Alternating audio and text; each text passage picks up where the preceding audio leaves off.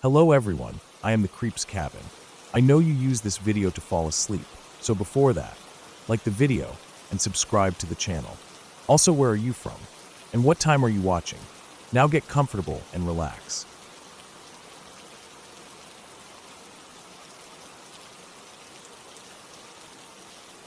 When I was in high school, I had a really good friend named Mark who lived next door to a house that never seemed to keep an owner for long.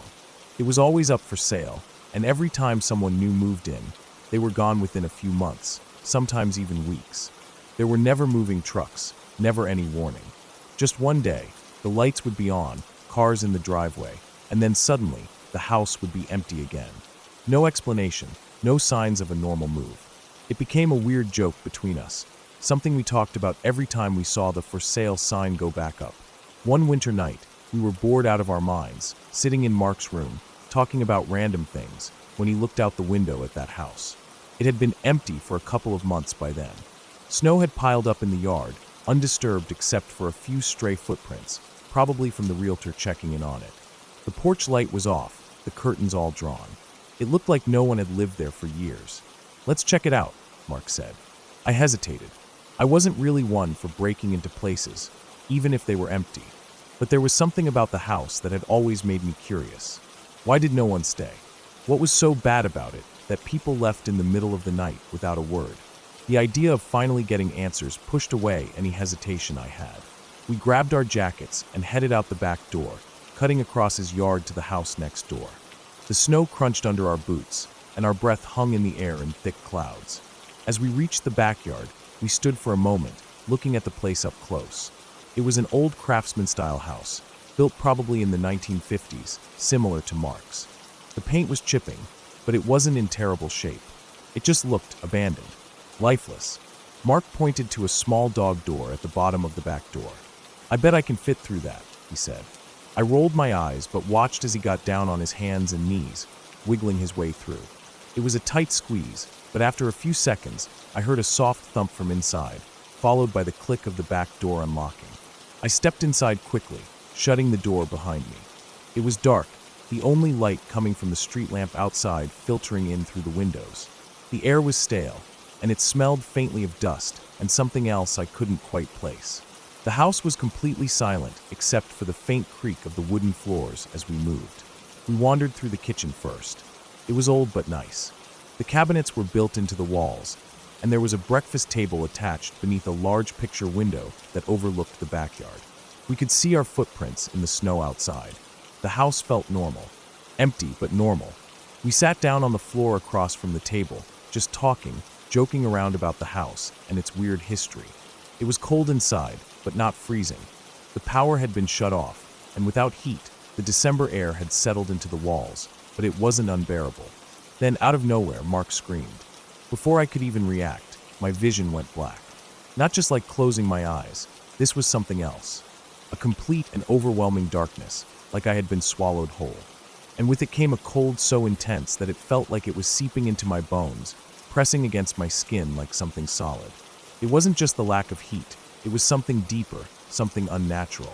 My breath caught in my throat, and I tried to move, but my limbs felt heavy, slow, unresponsive. I heard myself screaming, but it sounded distant, like it wasn't even coming from me.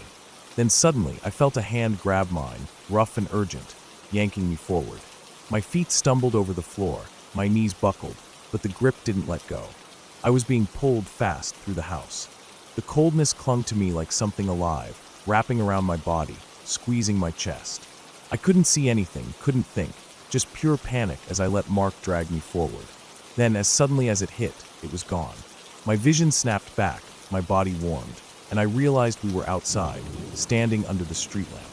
I was shaking, my breath coming in ragged gasps, my skin prickling as if I had just been dunked in ice water. Mark was staring at me, eyes wide, face pale. I had never seen him look so scared. I tried to ask what happened, but my voice wouldn't come out right away. When I finally managed to speak, my words felt thick for him. Mark told me that as I had been talking, something had crawled out from under the breakfast table. A figure, black like a shadow, but more solid. The vague shape of a girl. It had moved onto me, sitting on my chest, and I had gone completely still, my eyes open but unfocused, my hands reaching out blindly. He said he had never felt fear like that in his life, that the moment he saw it, something in him screamed to get out. So he grabbed me and ran. We stood there for a long time under that streetlight, neither of us saying much. My hands still felt numb. The cold I had felt inside wasn't normal. It wasn't just the winter air. It was deeper, heavier. It had clung to me like tar, thick and suffocating. Even as I stood there, I could still feel a faint echo of it along my skin, like something had been touching me and only just let go. We never went near that house again, never even walked past it. If we had to go that way, we took the long route, cutting through other yards just to avoid looking at it. The for sale sign went up again a few months later. More people moved in. They didn't stay. For days afterward, I felt off, like something was watching me. My room felt too dark at night, the shadows stretched too long. I had nightmares, though I could never remember them fully when I woke up, just a feeling of something heavy pressing down on me, and the sound of distant breathing in my ears. It faded eventually, but it never completely went away.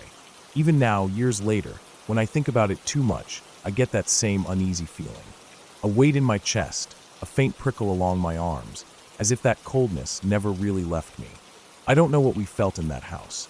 I don't know what Mark saw, but I do know that whatever it was real. And it still sends chills down my spine to this day.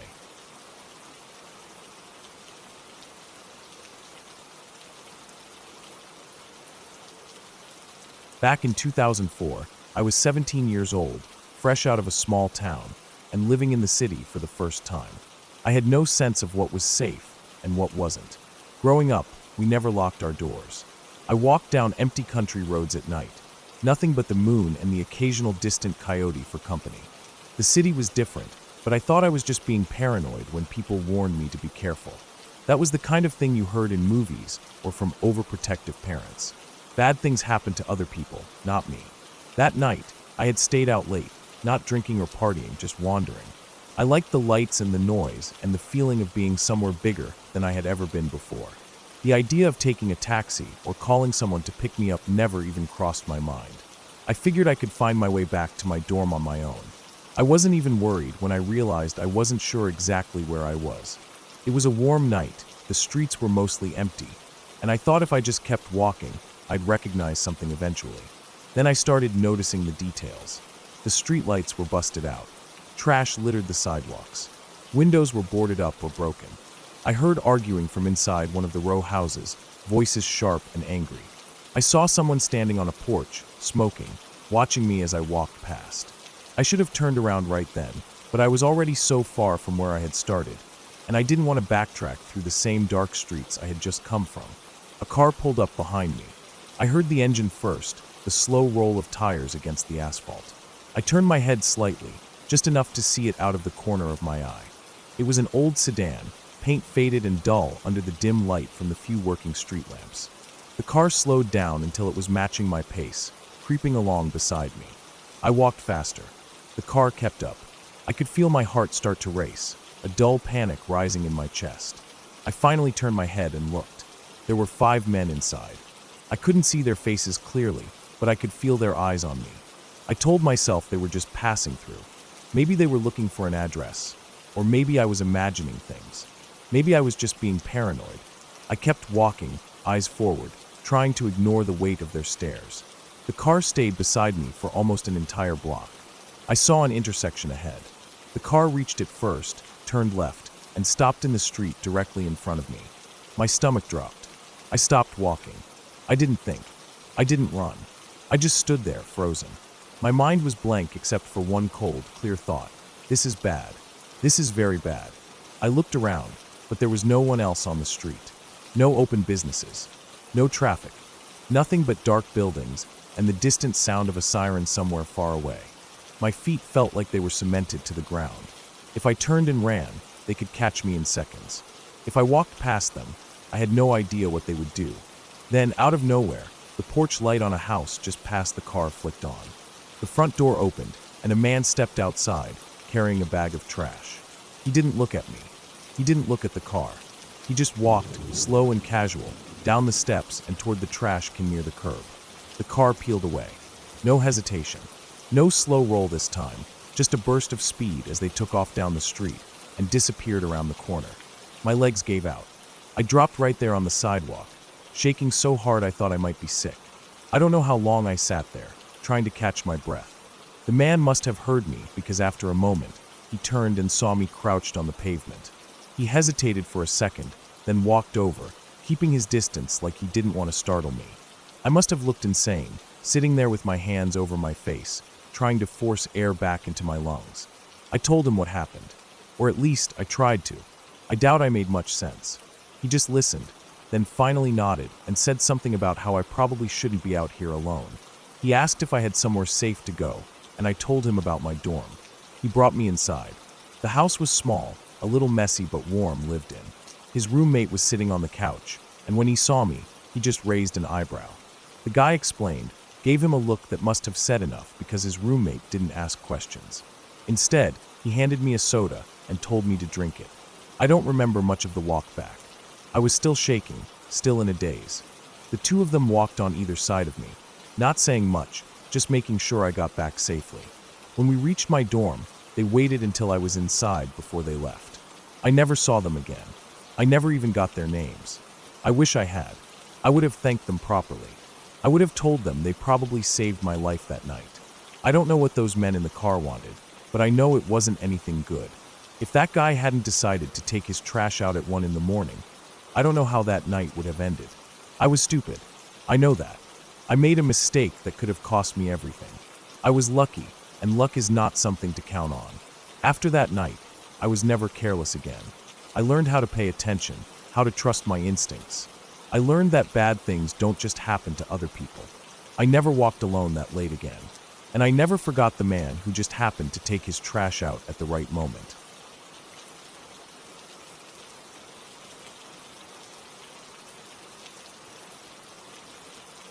I was 17 when I got my license. It felt like freedom. A car meant I could go where I wanted, whenever I wanted. My friends and I had a hobby that, looking back, was stupid, but at the time it felt exciting. We would try to find abandoned houses, good ones, big ones, ones that felt forgotten. The goal was to throw parties in them, though mostly it was just about finding them, seeing them in person, and talking about what we could do there. There were a few houses we had our eyes on, but there was one I drove past all the time on my way home from work. It was a massive house, unfinished, just a shell of a home standing in an empty lot. It had no windows, no doors, just a structure with bare walls and open spaces where things should have been. It had a long driveway, almost inviting, with a huge property stretching behind it. Every time I passed it, I wondered why no one had finished it. It seemed like a waste. One day, before a movie, I told my friend about it. We had time to kill, so I figured, why not? We could just check it out quickly. It was summer, dusk settling in, and the air still held the heat from the day. As I pulled up, my headlights swept over the house, casting long shadows inside. We sat there for maybe 10 seconds, just looking. Then we left. That's it.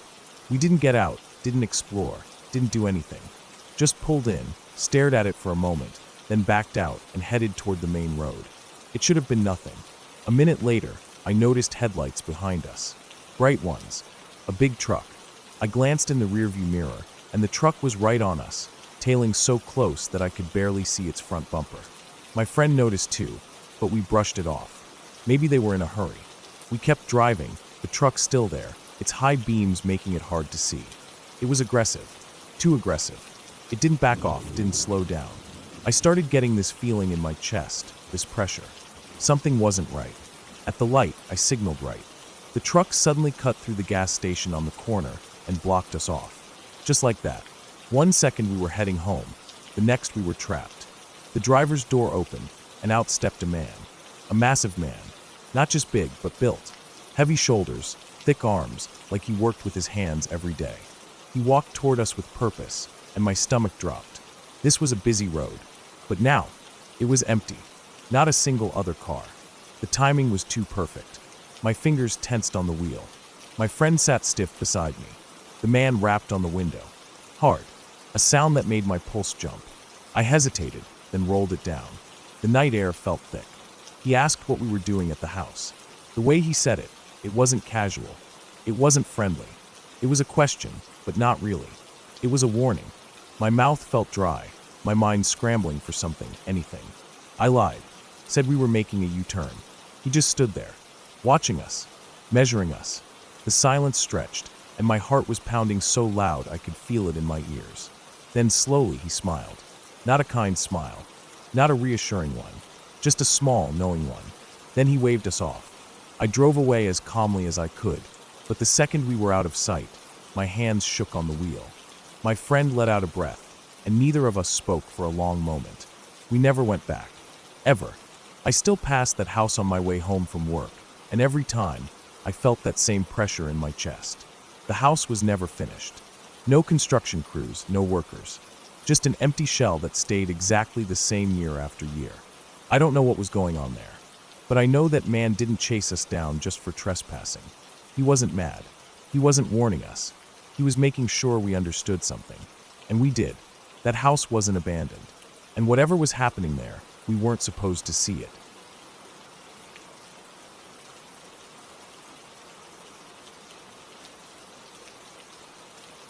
I left the reunion later than I should have.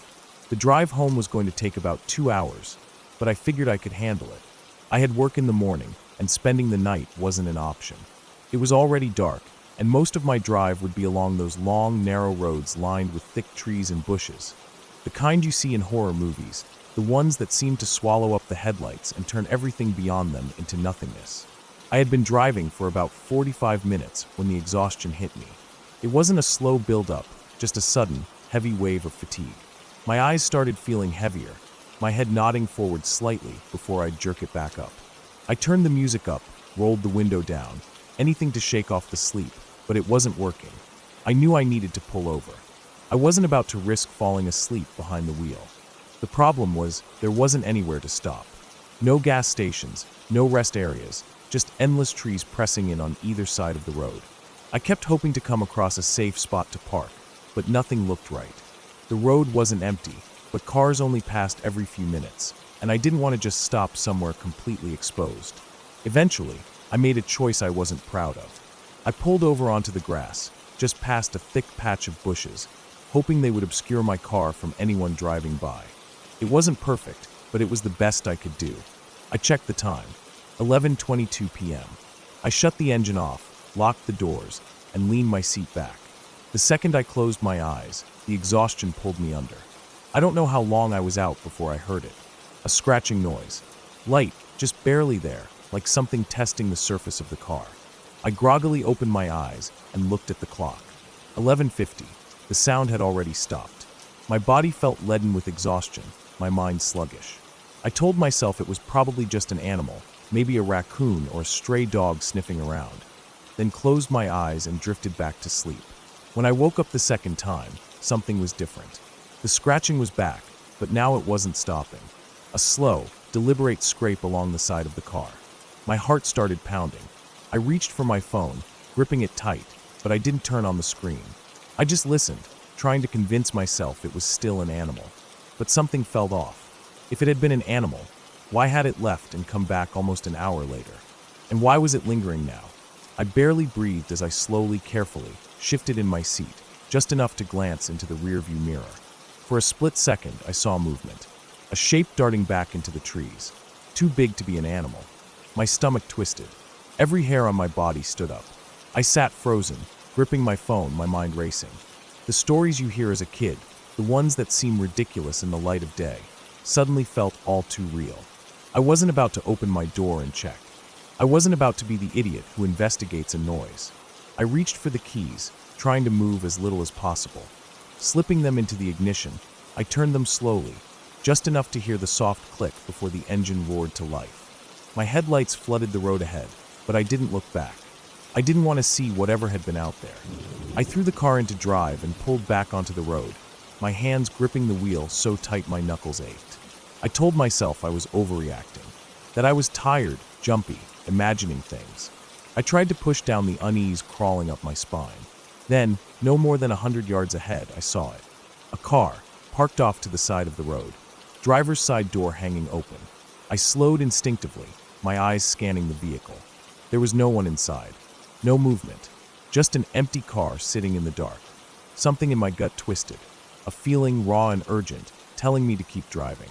But just as I started to press down on the gas, I saw movement in my rearview mirror. My blood turned to ice. A man, sprinting around the bend behind me, his face twisted in anger. I didn't hesitate. I slammed my foot down on the gas, tires skidding on the asphalt as I shot forward. My heart was a hammer against my ribs. I barely registered the fact that he was yelling. I didn't care what he was saying. I didn't look back. I just drove. I kept checking my mirrors, half expecting to see headlights behind me, but there was nothing. No sign of him, no sign of the car I had passed. I drove faster than I should have, my pulse refusing to slow, the fear still coiling tight in my chest. I didn't stop until I reached the outskirts of town, where the streetlights and gas stations finally broke up the darkness. Only then did I pull into a well-lit parking lot and take a breath that actually filled my lungs. I sat there for a long time, gripping the wheel, trying to process what had happened. Maybe it was just some guy who had car trouble, who needed help. Maybe he had seen me pull over earlier and thought I could assist him. But then why the scratching? Why run at my car like that? Why had he disappeared into the trees only to show up again down the road? I don't know what his intentions were, and I don't want to know. I never take that route at night anymore. And I never, ever pull over to sleep on the side of the road.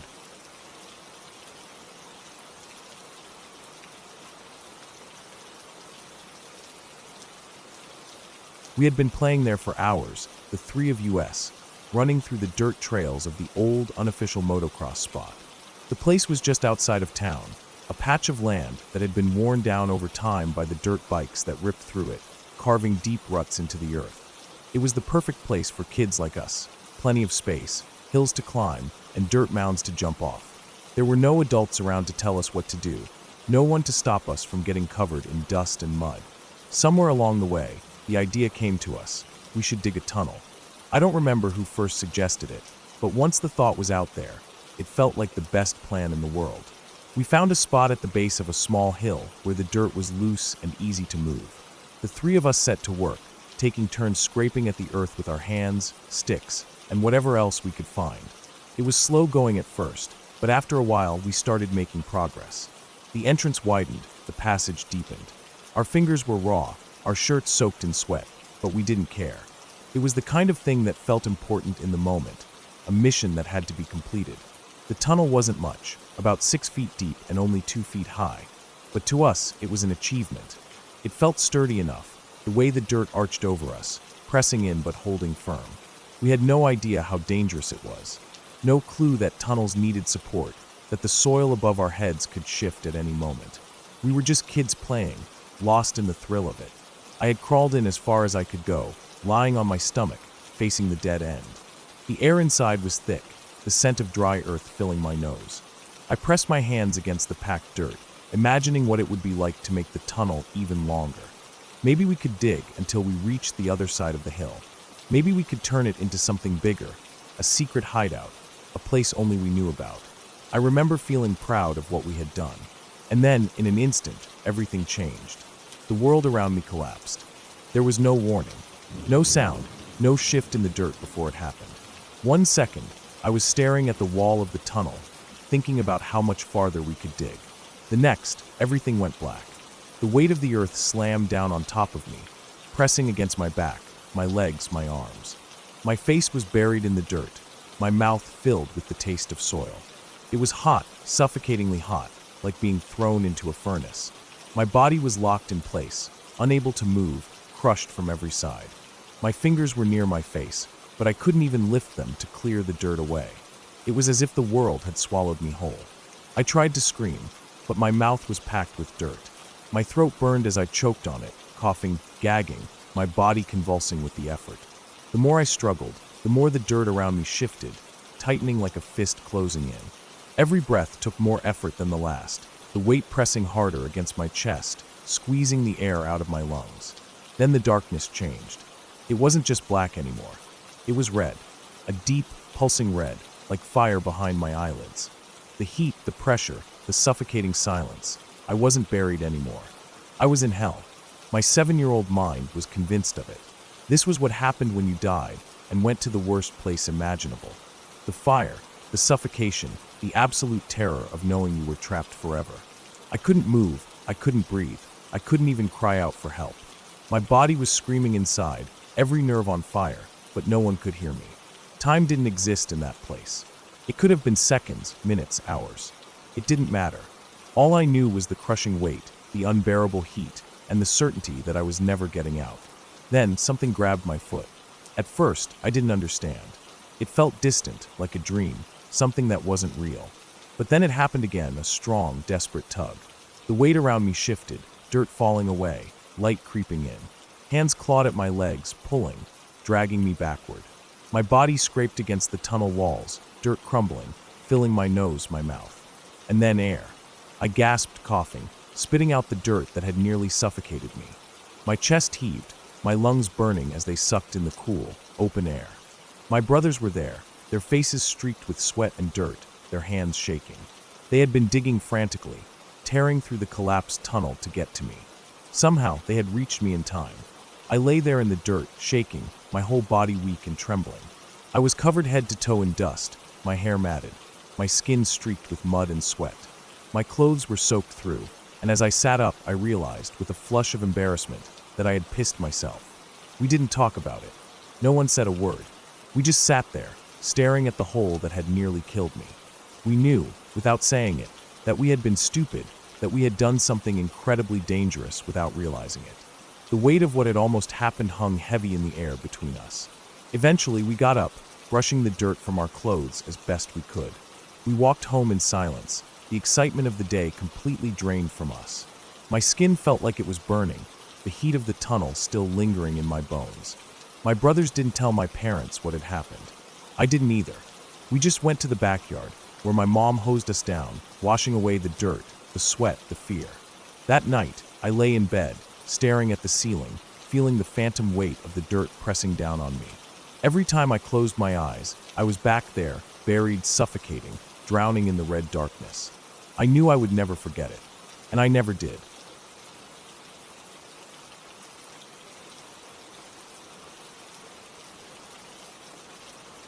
When I was about 10, my cousins and siblings all gathered at our house one evening. There were 10 of us in total, ranging from my youngest sibling, who was about 6, to my eldest cousin, who was 16. The adults had gone out for dinner, leaving us alone for a few hours. It wasn't unusual.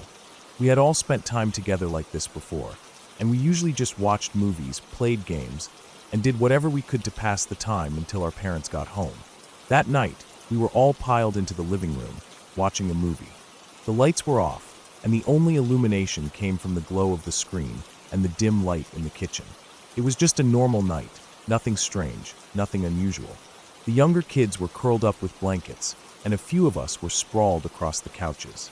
I remember feeling comfortable, relaxed even, until everything changed in a split second.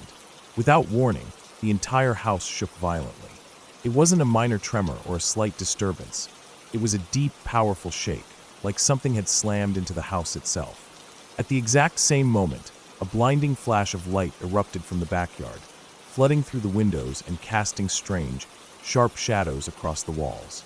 The light was so intense that it hurt to look at, even from inside the house. The noise that followed was deafening. It wasn't like thunder, not even close. It was sharper, deeper, almost like an explosion. The sound seemed to come from all around us, making it impossible to pinpoint exactly where it originated. For a moment, it felt like the air itself was vibrating, like we were caught in the aftershock of something massive. My ears rang, my chest felt tight, and the whole house seemed to hold onto the energy of whatever had just happened. There wasn't a single second of hesitation. We all ran. As a pack, we bolted from the living room, our instincts screaming at us to get somewhere safe. The hallway became our refuge, a narrow space that felt safer simply because it was enclosed, away from the windows and whatever had just happened outside. The younger kids were crying, their hands gripping at the older ones for reassurance. My heart was racing so hard I could barely breathe. The eldest of our group tried to take control, but there was an immediate debate. Should we call the police? We had no idea what had happened, no clue if it was an accident, an attack, or something else entirely. The older cousins whispered to each other, trying to make a decision while the rest of us stood there, pressing ourselves against the walls, waiting for something else to happen. Eventually, they decided not to call the police. Instead, they called our parents, telling them what had happened, urging them to come home immediately. Minutes passed, stretching out unbearably. No one wanted to move at first. The silence that followed the explosion felt even more unnatural than the event itself. It was the kind of silence that didn't make sense, that didn't belong after something so huge. There were no sirens in the distance, no shouting from neighbors, nothing at all. It was as if the world had absorbed whatever had happened and moved on without acknowledging it. Eventually, curiosity and fear pushed us to act. Armed with whatever we could find, broomsticks, kitchen knives, even a golf club, some of us crept back into the living room. Every shadow looked wrong. Every flickering shape outside the window made my stomach twist. We checked the locks, peered outside, waiting for something, anything, to explain what had just happened. But the backyard was still. Nothing was out of place. There were no scorch marks, no fallen trees, no sign that anything had ever occurred. A half hour crawled by, filled with tense whispers and the occasional movement as one of us shifted to check the windows again. When the headlights of our parents' cars finally appeared in the driveway, relief crashed over us like a wave. The moment they stepped inside, we all started talking at once, trying to explain what had happened. They didn't believe us. Not really. They checked the backyard, walked around the house, even spoke to a few neighbors, but there was nothing. No one else had seen the flash. No one else had heard the explosion. No one else had felt the ground shake beneath them. It was as if we had imagined the entire thing. But we hadn't. We knew what we had experienced. We felt it, saw it, heard it. It wasn't a collective hallucination. 10 kids don't just imagine the same thing at the exact same moment with that level of intensity. And yet, there was no proof. No evidence. Nothing to convince the adults that we weren't just worked up over a bad dream or a particularly loud thunderclap. For weeks, we tried to come up with explanations. Could it have been a transformer blowing? But there were no power outages. Could it have been a meteor? But there were no reports of anything falling from the sky. Could it have been an earthquake? But no one else had felt it, and there had been no reports of seismic activity. The more we thought about it, the less sense it made. Even now, years later, we still talk about it when we get together. It's the one thing we all remember exactly the same way, the one event none of us can explain. Whatever happened that night, whatever shook our house and lit up the sky, it's something we will never forget. And the strangest part of all is knowing that no one outside of our group will ever truly understand what we went through. We will never have an answer. And maybe that's the scariest thing of all.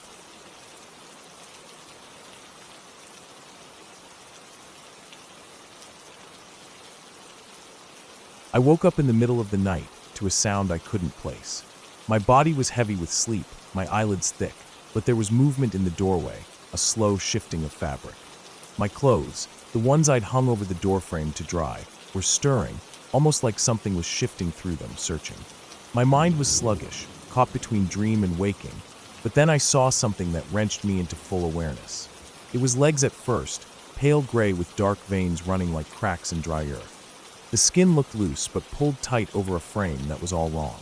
My eyes moved up, trying to make sense of the shape in the darkness, and then I saw the sticks pushing through my shirts and jeans. They weren't sticks. They were fingers. Long, too long, moving carefully, sliding over the fabric like they were searching for something. It took me a few seconds to process what I was seeing.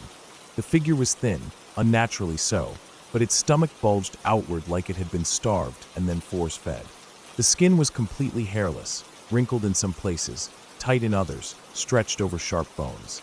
Its back was hunched, and I could see where its hospital gown, if that's what it was, had split and torn over its back. Its head was the strangest part, elongated, almost cone-like, tapering at the top. The face was alien, not in a sci-fi way, but in a way that made no sense. No eyelids, just huge, staring, wet-looking eyes that reflected the dim light. A small mouth, puckered, working slowly like it was sucking on something invisible. And it was looking right at me. My body froze. My breathing slowed, became almost non-existent. I wanted to scream. I tried to. My grandmother was in the room with me, just a few feet away, but my voice caught in my throat. I tried to move, but my body felt weighted down, like something was pressing on my chest. I stared at the thing, and it stared back, unmoving, watching. Then, like a switch being flipped, I regained control. I tried to shake my grandmother awake, my hand gripping her shoulder, fingers digging in as hard as I could. She grumbled, shifted in her sleep, and I glanced back at the door, but it was empty. My clothes swayed slightly, like they had just been disturbed, but the thing was gone. I sat up, breathing hard, scanning the room. Nothing. My heart was hammering against my ribs.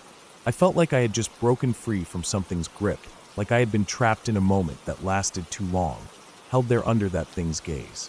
For weeks before that night, strange things had been happening in my house. Small things at first, easy to brush off. My bedroom door would slam shut on its own, sometimes locking. I would feel strange shifts in the air, like the atmosphere had changed for a second before returning to normal. Then it escalated. One night, I woke up with my feet and legs tingling, a strange sensation like several hands were touching me. My skin crawled, but when I sat up and looked, there was nothing there. The nightmares started around the same time, vivid, suffocating dreams that left me gasping for breath when I woke up. But nothing had ever been like what I saw that night. The next morning, I told my parents everything. Every small thing that had happened, every moment I had brushed off or ignored, all of it led up to this. They listened. They didn't say I was crazy. They didn't laugh it off. Instead, they called someone a priest, a family friend. I don't even know exactly who. And they had my room blessed, exorcised, whatever you want to call it. I don't know if that did anything. Maybe it was the ritual. Maybe it was just the act of acknowledging that something was wrong. Maybe I had created something in my own mind, a manifestation of stress, fear, or something buried deep in me that found a way out through shadows and late-night hallucinations. All I know is after that, it stopped. No more door slamming, no more hands in the night, no more nightmares. And I never saw the thing again. But I don't sleep with my door open anymore. Ever. Because I still remember those eyes. And I still wonder if, somewhere, that thing is still watching, waiting for me to let my guard down again.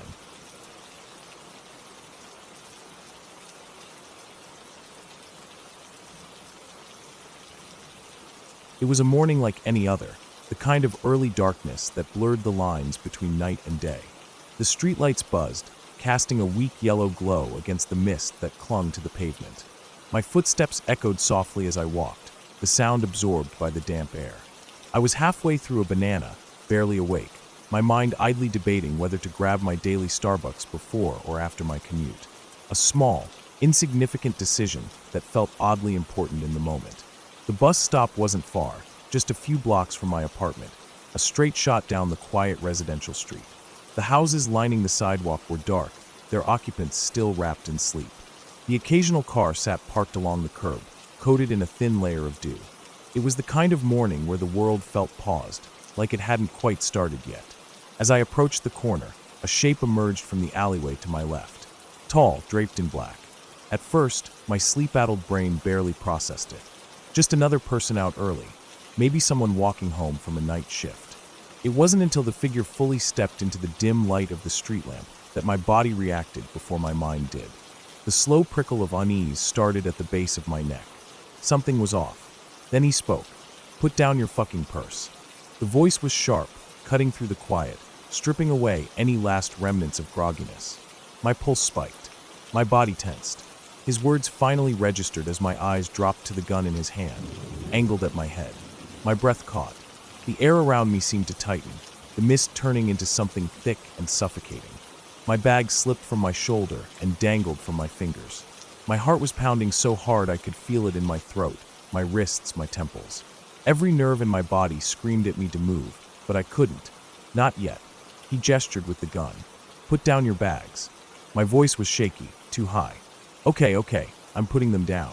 My hands moved before I could think, placing my bag down near my feet. The banana, half-eaten and suddenly absurd, was still clutched in my other hand.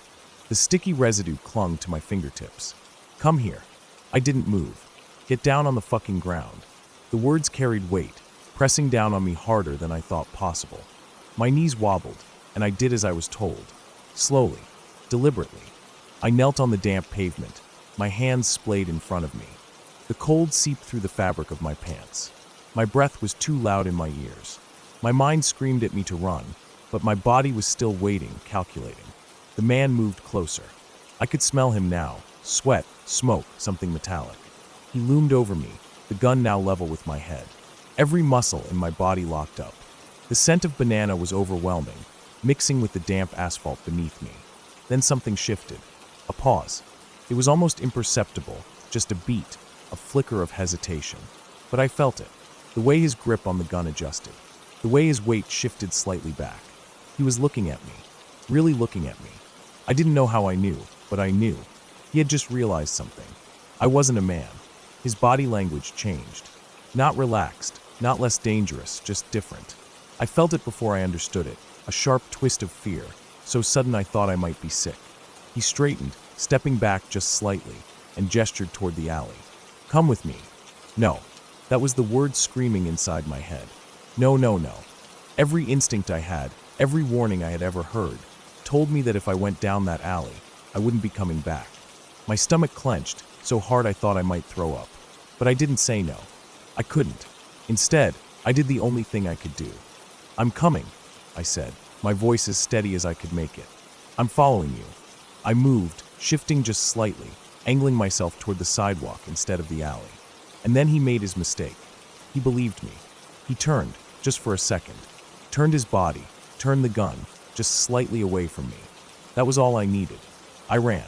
I ran harder and faster than I ever had in my life. My feet slammed against the pavement. My lungs burned instantly, but I didn't stop. I tucked my head down, expecting the gunshot, waiting for the hot burst of pain that never came. I heard something behind me, maybe a yell, maybe just the pounding of my own pulse in my ears. I kept running. 1 block, 2 blocks. My breath came in sharp gasps, the adrenaline searing through me. The streetlights blurred, my vision tunneled.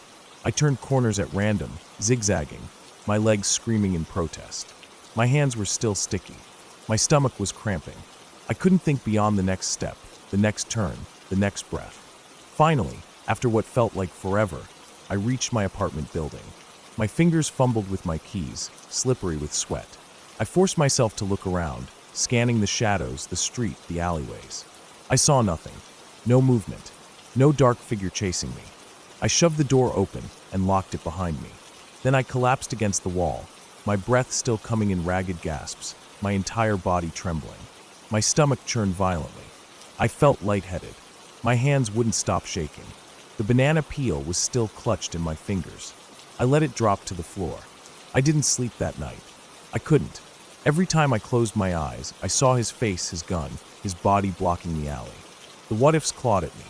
If I had hesitated even a second longer, if he hadn't turned his body, if I had tripped, if he had shot me, if I had gone down that alley. The police came. They checked the alleyway. They found nothing but my banana peel Browning in the street. He was gone. Just a shadow in the mist, disappearing as suddenly as he had appeared. But he wasn't really gone, because even now, years later, he is still with me. In the dark corners of my mind, in the empty streets I hesitate to walk alone, in the weight of my keys clutched tightly between my fingers, in the knowledge that the world is not as safe as I once thought it was, and in the understanding that on that cold, misty morning, I was very, very lucky.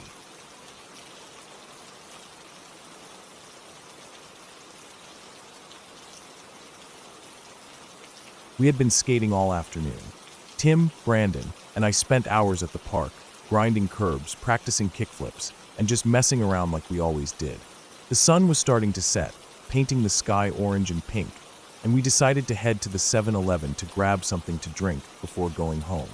Our town was small, the kind of place where you recognized most faces, but didn't necessarily know their names. It wasn't a quiet town, but it wasn't a busy city either. Just enough people to make it feel like someone was always around. We rolled up to July 11th, sweat sticking to our shirts, the heat of the pavement still radiating up at us even though the air was cooling down. We kicked up our boards and walked inside. The familiar blast of cold air from the store's AC hit us, and I remember how good it felt after being outside for so long. We grabbed our drinks and a couple of snacks, paid at the counter, and stepped back outside, the automatic doors hissing closed behind us. We stood by the exit of the parking lot, waiting for the light to change so we could cross the highway. It wasn't a busy highway, more like a main road that cut through town, but cars passed often enough that we had to wait. As we stood there, I glanced back toward the gas pumps, just looking around. That's when I saw him. A man, probably in his 40s or 50s, was pumping gas into a white truck. He wasn't just looking in our direction, he was staring right at me. It wasn't the kind of glance you give someone when you recognize them. It was cold, focused, unsettling. I turned back toward the road, trying to shake off the feeling, but a second later, I heard tires screeching. I turned just in time to see the man jump into his truck, slamming the door shut. Before I could even process what was happening, he gunned the engine and came straight at us. The truck shot forward, roaring across the pavement, and in the split second before impact, we barely had time to move. I felt the force of the air as it passed, the heat from the engine, the sheer speed. The truck grazed my arm, knocking my skateboard out of my hand. I stumbled back, adrenaline slamming into me. Brandon's voice rang out, a mix of anger and shock, but the man wasn't done. He peeled out, his tires screeching as he swerved into the parking lot next to 7-Eleven. There was a ditch between the two lots, something no normal driver would ever think about crossing. But he didn't hesitate. He plowed straight through it, the truck bouncing violently, dirt and debris flying up as he closed the distance. It was clear as day. He was trying to hit us again. We ran. Instinct took over, and we sprinted toward the highway, dodging across lanes as fast as we could. My heart was hammering against my ribs, my breath coming in short gasps. We weren't just running from some angry driver. We were running for our lives. The man was relentless. I could hear the engine roaring behind us, the truck's tires squealing as he swung onto the road, coming after us. We had one chance, the library. It was about 2 or 3 blocks from July 11th, and it was the closest building where we could find shelter. We ran full speed toward it, not daring to look back. My legs burned, but fear kept me moving. Tim and Brandon bolted ahead, reaching the library doors first. They yanked at the handles, but the doors wouldn't budge. It was Sunday. The library was closed. Panic hit me like a punch to the gut. I had been counting on that door opening, on having somewhere safe to run into. I looked back, expecting to see the truck bearing down on us, but instead, the man had jumped out. He wasn't done. From the bed of his truck, he grabbed something, a shotgun or a crowbar, I couldn't tell. I didn't wait to find out. I ran, not toward the library, not toward Tim and Brandon. I ran straight for the woods. I knew there was a trail that led through the trees and came out near my backyard. If I could make it there, I could lose him. The second I hit the trees, the world shifted. The lights from the street faded, replaced by deep shadows and the rustling of leaves. My breath was ragged, my heart pounding so hard I thought it might explode. I could still hear him. Branches snapped behind me. Footsteps, heavy and fast. He was coming after me. I forced myself to keep moving. The trail was uneven, full of roots and loose dirt, but I couldn't slow down. If I tripped, if I fell, that would be it. My legs burned, my chest ached, but I kept running, weaving through the trees, desperate to put distance between us. After what felt like forever, I reached the edge of the woods. My house was just beyond my backyard, the streetlights casting a dim glow over the pavement. I burst out of the trees, my feet hitting solid ground, and sprinted toward my house. My neighbor, Tim's dad, was outside. He saw me, saw the state I was in, and without asking questions, told me to get in his car. He said we had to go to the video store, where Tim's mom worked. When we got there, I saw Tim and Brandon. The second they spotted me, relief washed over their faces. I hadn't even realized it, but they thought I was dead. They had seen the man go after me, watched as he chased me into the woods. They thought he had caught me. The police were already there. 3 officers stood near the counter, talking to Tim's mom. When I walked in, one of them turned to look at me. My mom came rushing through the door seconds later, her face pale, eyes red from crying. She grabbed me, pulling me into a hug so tight I could barely breathe. The police took our statements. We told them everything, the truck, the way he had tried to run us down, how he had jumped out and come after us with a weapon. They listened, nodded, took notes. And then, nothing. They never found him. For years, every white truck I saw made my stomach clench. Every time an engine revved too loudly behind me, I braced myself. I don't know why he did it. I don't know what set him off or what was going through his mind. All I know is that he tried to kill us, and he got away with it. And the worst part, there were people everywhere. Dozens of people at the gas station, on the street, in their cars. They saw what was happening, saw 3 kids running for their lives, and not one of them did a thing to help. We were on our own, and for a few terrifying minutes, I was sure I wasn't going to make it.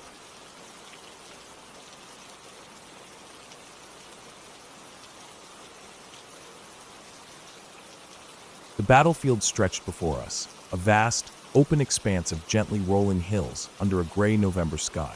My father and I had parked on a small hill, the tailgate of his truck open, a bag of McDonald's between us. The cold air made the warmth of the food comforting, steam rising from the burger wrappers as we ate in silence. A layer of mist clung to the field, swirling in the slight breeze, settling in the dips of the land like ghosts of the past. It was the kind of day where sound seemed muted, absorbed by the thick air, leaving only the occasional rustle of the wind through dry grass. I remember looking out over the field, my eyes drawn to the row of old cannons standing silent and still in the distance. It felt strange being there, surrounded by so much history, in a place where men had fought and died. My father, a veteran himself, had always had a deep respect for battlefields.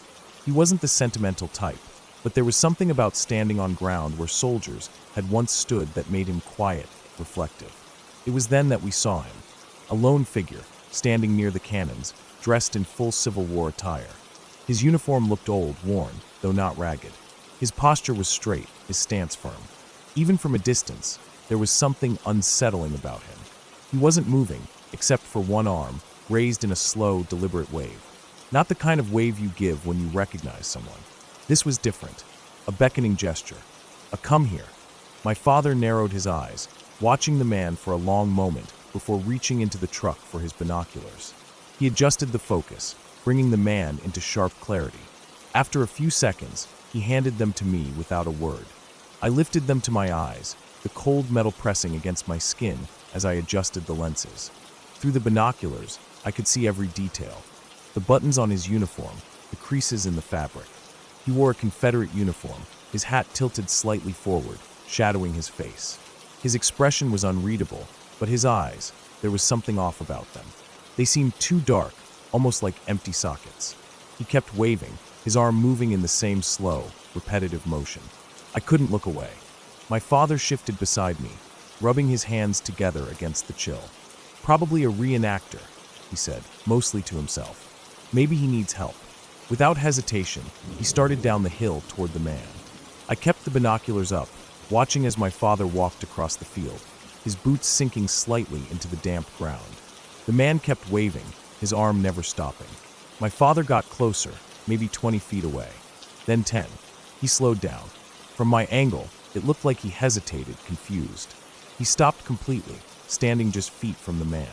I could see the tension in his shoulders, the way he tilted his head slightly, like he was trying to understand what he was seeing. For a few seconds, he just stood there. Then, without warning, he turned and ran back toward me at full speed. I had never seen my father run like that. Not once. Not even when he played football with my older cousins. He was a strong man, built solid, but he was moving like something had terrified him. He reached the truck in what felt like an instant, his face pale, breath coming fast. Without saying a word, he threw everything from the tailgate into the truck bed, burger wrappers, soda cups, all of it, then slammed the tailgate shut. His hands were shaking. "Get in," he said, his voice sharp. I didn't ask questions. I climbed into the passenger seat as he started the truck, the tires kicking up gravel as we sped off the hill, away from the cannons, away from the man. I turned to look back, but the fog had thickened, swallowing the field behind us. I couldn't see him anymore. The truck was silent except for the sound of my father's breathing, deep and uneven. His knuckles were white against the steering wheel. It wasn't until we were miles away that he finally spoke. "He disappeared," he said, almost to himself. Right in front of me.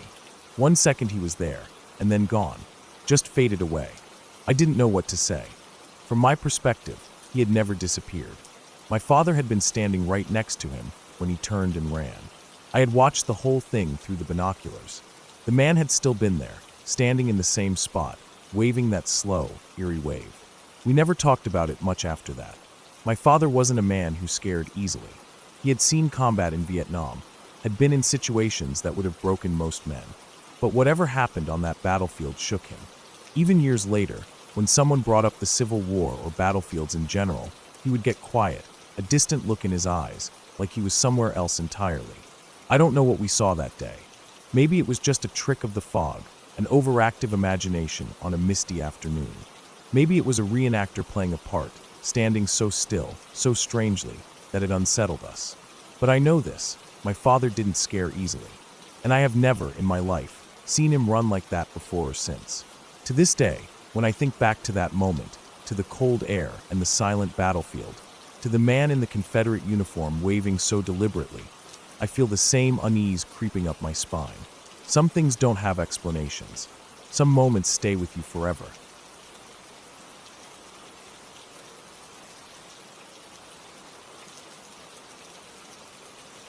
My uncle used to work a lot when I was younger. He's done a lot of different things to make money, but one thing that was consistent was painting houses. He had a legitimate business, a truck with a number and a name on the side, and all the supplies loaded up in the back. Every now and then, when he needed extra help, he'd call my dad, and sometimes I'd go work with him too. It was just painting houses. What could possibly go wrong? That fall had been unusually wet. It felt like it rained every single day, and since you can't paint when the weather's bad, work had backed up. My uncle always had multiple jobs going at once, but that season, everything seemed delayed. More rain meant fewer workdays, which meant more pressure to get things done quickly whenever the weather allowed. I didn't mind. I was 17, the job wasn't hard, and it paid well. One particular job stood out from all the others. It was a big Victorian house in a quiet part of town. The owners were a middle-aged couple, the husband a writer, the wife someone who seemed to handle most of the communication. They had hired my uncle in the summer, but between the packed schedule and the wet season, the job had stretched on much longer than expected. My uncle got a call from the wife one day. Her husband was struggling to focus on his writing because of the scaffolding outside the house. She was polite but insistent. Could we come as soon as possible and finish? My uncle didn't want to lose customers, so he agreed. It was a weird day. It wasn't cold, not really, but there was a chill in the air, one that seemed to cut straight through you. The sky was overcast, a dull gray that flattened everything. The world felt muted. I remember noticing the silence more than anything else. No wind, no birds, just this strange stillness that made everything feel heavier. We arrived in the afternoon. The front of the house was already done, so we moved around to the back. My uncle handled the finer details while I took care of the larger first coats, the easy parts. He asked me if I was afraid of heights, and I told him no. I mean, I didn't love them, but I wasn't about to admit that in front of him. He nodded and had me climb up the scaffolding to the third floor, where there was a small oval attic window. That was the husband's study, where he did most of his writing. I climbed up, cans of paint dangling from my belt, brushes sticking out of my pockets. The scaffolding creaked beneath me as I reached the top. I set my supplies down, pried open a can of paint, and got to work. It was just another day. The only thing unusual was the silence. Normally, even in quiet neighborhoods, you hear something, cars in the distance, dogs barking, kids playing. But that day, it was like the whole world had taken a breath and never let it out. I worked my way across the top of the house, eventually reaching the attic window. I bent down, dipped my brush, then stood back up, and that's when I saw him. The husband. He was staring at me from inside the study, his face completely devoid of emotion. Not blank, not angry, not sad. Just empty. I had never seen a face so devoid of feeling before. I still haven't. I froze, my heart hammering in my chest. I tried to play it off, chuckling nervously, giving him a small smile. But he didn't smile back. He didn't move at all. Then, without breaking eye contact, he raised his hand, revealing a gun. Before I could even process what I was seeing, he pressed it to his temple and pulled the trigger. The gunshot exploded in my ears, louder than anything I had ever heard. My body reacted before my brain could. I flinched, stumbled back, too far. My foot slipped off the edge of the scaffolding. For a split second, I felt weightless. Then gravity took over. I fell. I don't remember hitting the ground. I remember the sensation of falling, the sheer panic of knowing there was nothing beneath me, and then nothing. When I came to, I was lying in a bush, my ankle throbbing with pain, my vision swimming. My uncle was shouting my name, running toward me. I tried to speak, to tell him what I had seen, but my brain wouldn't form the words. The last thing I saw before I blacked out again was the attic window. Empty. The ambulance came. I had a broken ankle, a mild concussion, and more bruises than I could count. But the worst damage was in my head. I couldn't stop seeing his face, couldn't stop replaying that moment over and over. The absolute stillness in his expression. The way he had stared at me, like I wasn't even there. I learned later that he had been struggling. Depression, marital issues, writer's block, too many nights drinking. His wife had gone out that day, leaving him alone in the house. Maybe she thought he'd be fine.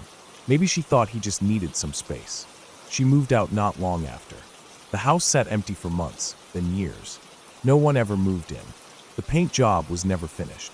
To this day, I avoid that street. I don't even like being near that part of town.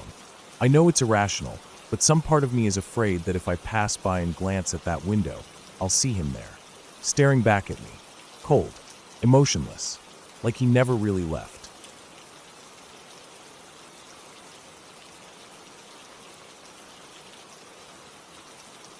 When I was 8, my family moved from urban South Florida to a small town in North Florida. It was a big change, the kind you don't really appreciate at that age. One day you're living in a neighborhood where you can hear cars and neighbors, and the next, you're in a place where the loudest thing at night is the sound of insects. The houses were far apart, the roads were dark and empty, and the woods pressed up against everything, always seeming just a little too close. It felt like something out of a Goosebumps book, the kind where everything seems normal at first, but the longer you stay, the more you realize something is off. Over the years, a lot of strange things happened. Weird noises in the night, animals acting strangely, things going missing and turning up in places they shouldn't be. It was the kind of town where people told stories, but no one really asked too many questions. You just accepted that some things happened and moved on. But the strangest thing by far happened years later, when my sister moved back in with my parents. She had gotten married young, and her husband had been sent to Afghanistan. She was left alone in their trailer, deep in the woods, with a newborn baby. It didn't take long for her to realize that being alone in a place like that, with nothing but trees and silence around her, wasn't something she could handle. So she packed up and moved back into my parents' house, thinking it would be easier, safer. At first, things were fine. She settled into her old room, which hadn't really changed much over the years. My parents still had the same furniture, the same decorations, even some of the same old blankets and pillows from when we were kids. It was familiar, comforting in a way. But it didn't take long for her to realize that something felt different. It started with small things. The headboard of her bed would knock against the wall in the middle of the night. Not constantly, not like a rhythmic movement, just one loud slam, out of nowhere. At first, she thought it was just her shifting in her sleep, maybe an old house settling. But then it happened again, and again, always just one sudden, sharp impact, hard enough that she could feel the bed shake beneath her. Then one night, she woke up because something was tickling her. She was a light sleeper, always had been, and the sensation was so real that it pulled her straight out of sleep. It wasn't a dream, it wasn't some half-conscious confusion. It felt like fingers, brushing against her skin, light but deliberate. She sat up, turned on the light, looked around. Nothing. Just the silence of the house, the sound of crickets outside, the baby's steady breathing in the crib beside her. She told my mom about it the next morning, but neither of them knew what to make of it. It was strange, sure, but strange things happened in that house sometimes. They both let it go, not thinking much of it. Until the night my mom woke up to the sound of my sister screaming. My sister wasn't the kind of person who screamed. She'd been through too much in life, seen too much, to react like that to just anything. But that night, my mom said, her voice had a kind of raw terror in it that made her bolt out of bed and run to her room without thinking. When she opened the door, she stopped cold. The entire bed was shaking. Not just a little movement, not just a slight tremor. It was rocking violently, up and down, side to side like a boat in rough water. The crib was next to the bed, untouched, the baby still fast asleep. But the bed itself was moving so hard that my sister was gripping the mattress, holding on like she was afraid she'd be thrown off. Then, just as suddenly as it had started, it stopped. The room went silent. My sister was breathing hard, staring wide-eyed at my mom. The baby stirred but didn't wake up. My mom didn't say anything at first, just walked over and sat on the edge of the bed, testing it, seeing if it would move again. Nothing. My sister swore up and down that she hadn't been dreaming, that she hadn't imagined it. My mom believed her. But what were they supposed to do? Call someone? Say what? That a bed had just started shaking on its own in the middle of the night? They let it go. They had to. But things didn't stop there. One night, my sister was sitting up in bed, nursing the baby. It was late, and the house was quiet. She was half awake, just trying to get through another long night. Then, out of nowhere, she felt something grab her ponytail. Not a light tug, not an accidental brush. It grabbed a handful of hair and yanked. Hard. Her head jerked back, her scalp stung, and she almost dropped the baby in shock. She spun around, expecting to see someone standing there. But there was no one. Just the dark, the stillness of the room, the crib beside her. She didn't scream that time. She didn't move. She just sat there, heart pounding, waiting for something else to happen. It didn't. But she knew, without a doubt, that something was there. Watching. My mom didn't hesitate this time. She walked into the room, calm but firm, and stood in the doorway. She didn't pray, didn't call a priest, didn't do anything dramatic. She just spoke, her voice low and steady, like she was scolding a child. She told it, whatever it was, that she understood things were different now. That there was a baby here, that maybe it was curious, but that it was not allowed to touch them.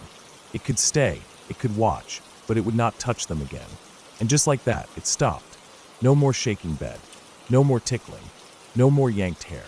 My sister stayed in that room for months after, and nothing happened again.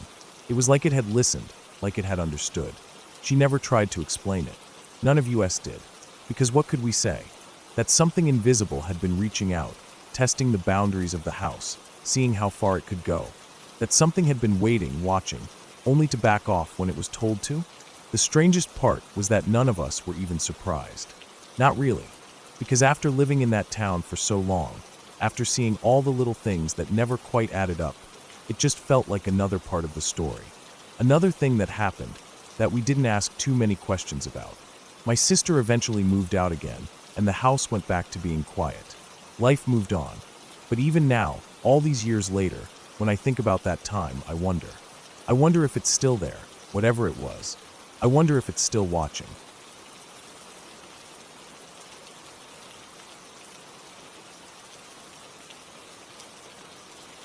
I don't tell this story to people. Not because I think they wouldn't believe me, but because I don't like to think about it. It was a long time ago, and I was just a kid, but the feeling of that night has never really left me. Even now, if I hear a certain song on the radio, my stomach tightens, and I feel like I'm back there, lying in bed, too scared to move. I must have been 7 or 8. It was the middle of the night, and I was asleep in my room when something woke me up. A banging sound. It wasn't loud, not at first, but it was steady. It came from my window. My first thought was the wind, and I tried to ignore it. I rolled over, pulled the blanket tighter around me, and shut my eyes. But then I heard something else. Footsteps. At first, I thought I was imagining it. The house made noises sometimes, wood settling, pipes creaking, things shifting in the night. But this was different. It was a rhythm, a steady sound of someone walking. And it wasn't coming from outside. It was inside my room. My heart started beating faster. My room was big for a kid's room. There was enough space in front of my bed for someone to walk in circles. That was the first thing that scared me. The realization that the sound wasn't just movement, but movement with a pattern. The sound of something circling my bed. I turned my head just slightly, trying to see without moving too much. My room was dark, but not pitch black. The glow from my digital alarm clock cast a faint red light, just enough to see the outlines of my furniture. Nothing looked out of place. But the sound didn't stop. The radio was on. I always slept with it on, just low enough that it was background noise. But at that moment, I could hear the song playing clearly. I don't remember the name, but I know the feeling it gave me. It was slow, sad, almost eerie. The kind of song that makes you feel alone. That was the second thing that scared me. The air in the room felt different. Heavier. Colder. I pulled my blanket up higher, but it didn't help. The cold wasn't something that could be fixed by a blanket. It was deep, the kind that settles into your skin. I exhaled, and I could see my breath in the air. My stomach clenched. I had to get out of there. My parents' room was down the hall. If I could just make it there, I would be fine. But to get there, I had to move. I had to go through the space where I could hear the footsteps. The thought made me hesitate. If I stayed in bed, maybe it would stop. Maybe it was just my imagination. Maybe I was dreaming. But I knew I wasn't. I counted to 3 in my head, then threw off the blanket and ran. As soon as my feet hit the floor, the cold got worse. It was like stepping outside in the dead of winter without shoes. My breath came out in white puffs, and for a split second I stopped. Just long enough to hear it. A voice. It was quiet but close. Right next to me. A whisper that somehow felt louder than the music, louder than my own heartbeat pounding in my ears. I'm lost. I didn't stop to think. I ran. Down the hall, past the dark bathroom, through the open doorway of my parents' room. I dove under their bed, curled up as small as I could, and squeezed my eyes shut. My whole body was shaking. I pressed my hands over my ears, trying to block out everything: the cold, the music, the voice. At some point, I must have fallen asleep, because the next thing I knew, it was morning.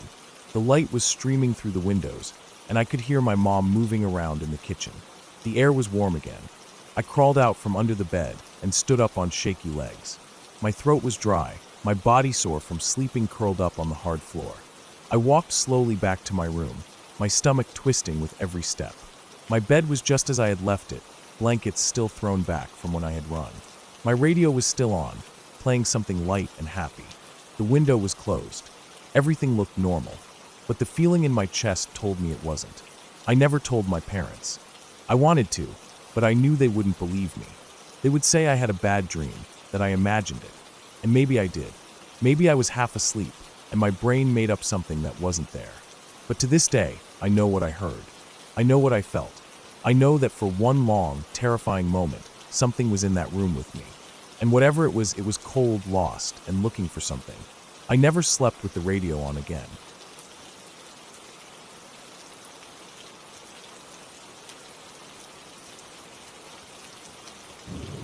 It was about 10 years ago when my cousin was in a car accident.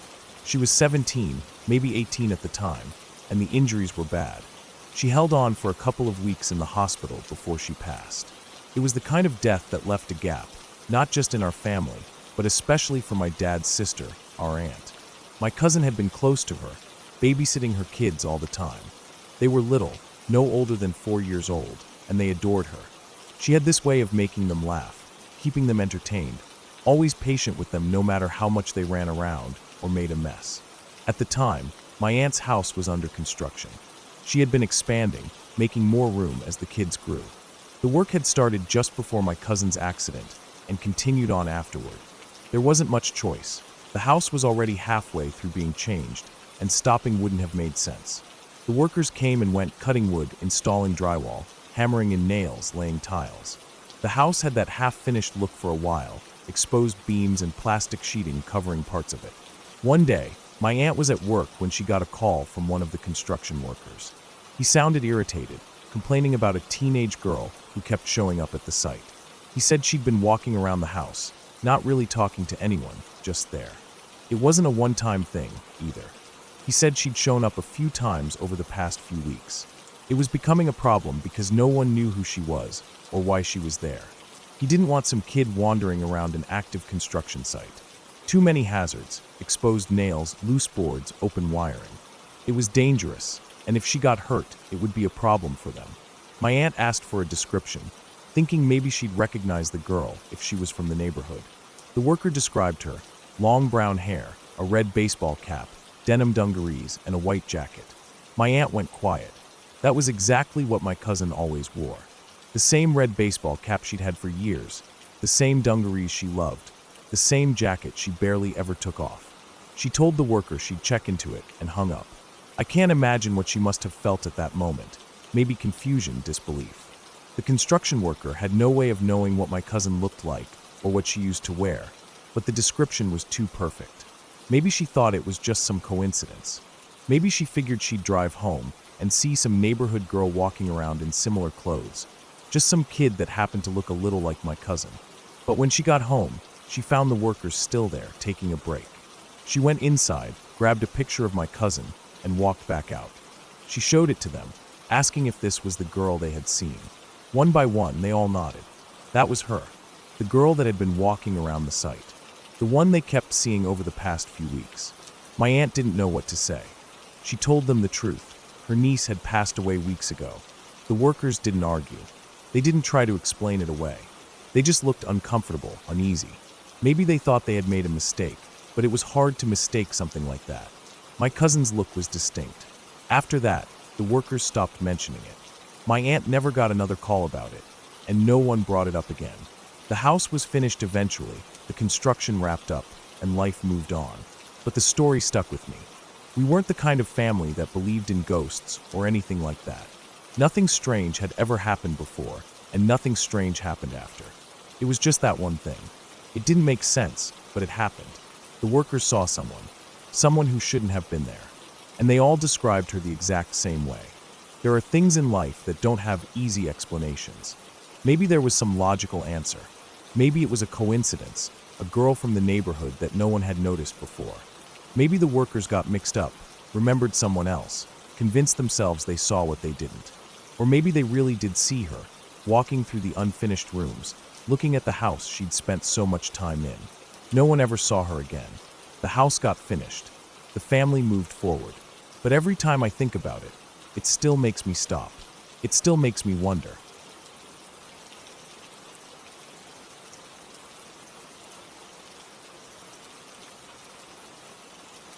I never liked the upstairs of my grandparents' house. Even as a kid, I always had a bad feeling about it. I couldn't explain why, but something about it made my skin crawl. It wasn't the kind of fear where I thought something would jump out at me. Not exactly. It was worse than that. It was the kind of fear that settles in your bones, makes the hair on your arms stand up, and fills your stomach with a sick, twisting sensation that never really goes away. I never went up there alone. Even now, at 23, I refuse. I won't do it. But when I was younger, I didn't have much of a reason to. My grandparents' bedroom was downstairs, and so was the room I used to sleep in whenever I stayed over. But that changed when I turned 14. That was the year my grandparents started sleeping in separate rooms, and suddenly, I was moved into a different bedroom, one on the first floor, directly below the long, narrow bedroom upstairs. That's when I started hearing it. At first, I thought I was imagining things. I'd be lying in bed, trying to fall asleep, and I'd hear it. A slow, steady thumping sound. Footsteps. It always started at one end of the room upstairs. The sound would carry across the ceiling, passing right over me, and then stop at the other end of the room. Then silence. I would lie there, heart pounding, trying to convince myself it was just the house settling. That's what my grandfather always told me. The house was old. Old houses creak. It was a perfectly logical explanation, but it didn't feel right. It wasn't random creaking or the occasional pop of wood adjusting to the temperature. These were distinct, deliberate footsteps. A steady pace. Someone, or something, walking from one end of the room to the other. It happened maybe twice a night, every time I stayed over. And every time, it scared the hell out of me. It wasn't until later that I remembered something my grandparents had told me when I was younger. A story they thought was funny, nothing more than a silly childhood memory from the previous owners of the house. The sons of the family who lived there before us had claimed to see a gorilla come out of the closet in that upstairs room. A gorilla that danced around the room before disappearing back into the closet. I never took the story seriously. It was just something weird kids made up. But now, lying in bed and listening to those footsteps, I couldn't shake the unease settling deep in my chest. One night, it got worse. I was still awake when I heard the first set of footsteps. They started at the far end of the room upstairs, just like always. They moved slowly, crossing directly over me, then stopped at the opposite wall. My breathing had already picked up, and my muscles were tense beneath the covers. But I forced myself to stay still, listening. Then it started again. But this time, it picked up from where it had stopped. The footsteps moved across the ceiling, tracing the same slow path, but now toward the door. My pulse hammered. My mouth went dry. Then the sound shifted. The first step on the stairs. I stopped breathing. My body went rigid, my ears straining against the silence. A second step. A third. A fourth. My mind raced, desperately searching for an explanation. But there wasn't one. There couldn't be. 5 steps. Silence. The landing. 6, 7, 8, 9, 10. Then nothing. My entire body felt cold. My skin tingled, and the blood in my veins felt like ice water. The footsteps had reached the first floor. My floor. The light from the dining room spilled faintly into my bedroom, but it didn't make me feel any safer. Whatever had been upstairs was now down here with me, and a single light wasn't going to stop it. I kept my eyes on the doorway. My vision blurred slightly, my head feeling light. Fear gripped me so tightly I could barely move. My heart pounded so hard it hurt. Then the scratching started. It was subtle at first. A quiet, deliberate scrape. My stomach dropped as I realized exactly where it was coming from. My grandfather's gun case. A long, slow drag of nails against wood. The case was across the room. I couldn't see it from where I was, but I could hear it. Every single sound was unmistakable. The slight creak of the door tapping against the frame. The soft scuff of fingernails scraping downward, over and over again. I wanted to scream, but nothing came out. My throat was locked up, frozen with terror. I had never felt fear like this before. It was overwhelming, paralyzing. I squeezed my eyes shut, willing it to stop. My body shook beneath the covers, the sheets clenched in my fists. Then I took a deep breath, forced air into my lungs, and I screamed. The moment the sound escaped me, everything changed. The scratching stopped. The tapping against the gun case door went silent. Then, within seconds, my grandfather was in the room. I could barely speak. My entire body trembled, my chest rising and falling with ragged breaths. He didn't believe me, of course. He never did. He just told me the house creaked, turned on the dining room light again, and went back to bed. That night, I refused to sleep in the open. I draped a sheet over the side of the bed and crawled underneath, wrapping myself tightly in a comforter. I put on headphones, turned my back to the room, and shut everything out. I didn't want to know if it happened again. I didn't want to hear it. The next morning, my grandfather told my grandmother about what had happened. She just laughed, brushing it off. But then she said something that sent chills down my spine. "You know, your cousin woke me up the last time she stayed here." She came into my room saying, "I hear footsteps." I never told her what I had heard. I never told anyone after that night. But every time I stayed there, the footsteps continued. Always the same slow, steady steps. Always stopping at the far wall. Always coming back. I never heard them come down the stairs again. But if they ever do, I don't want to know.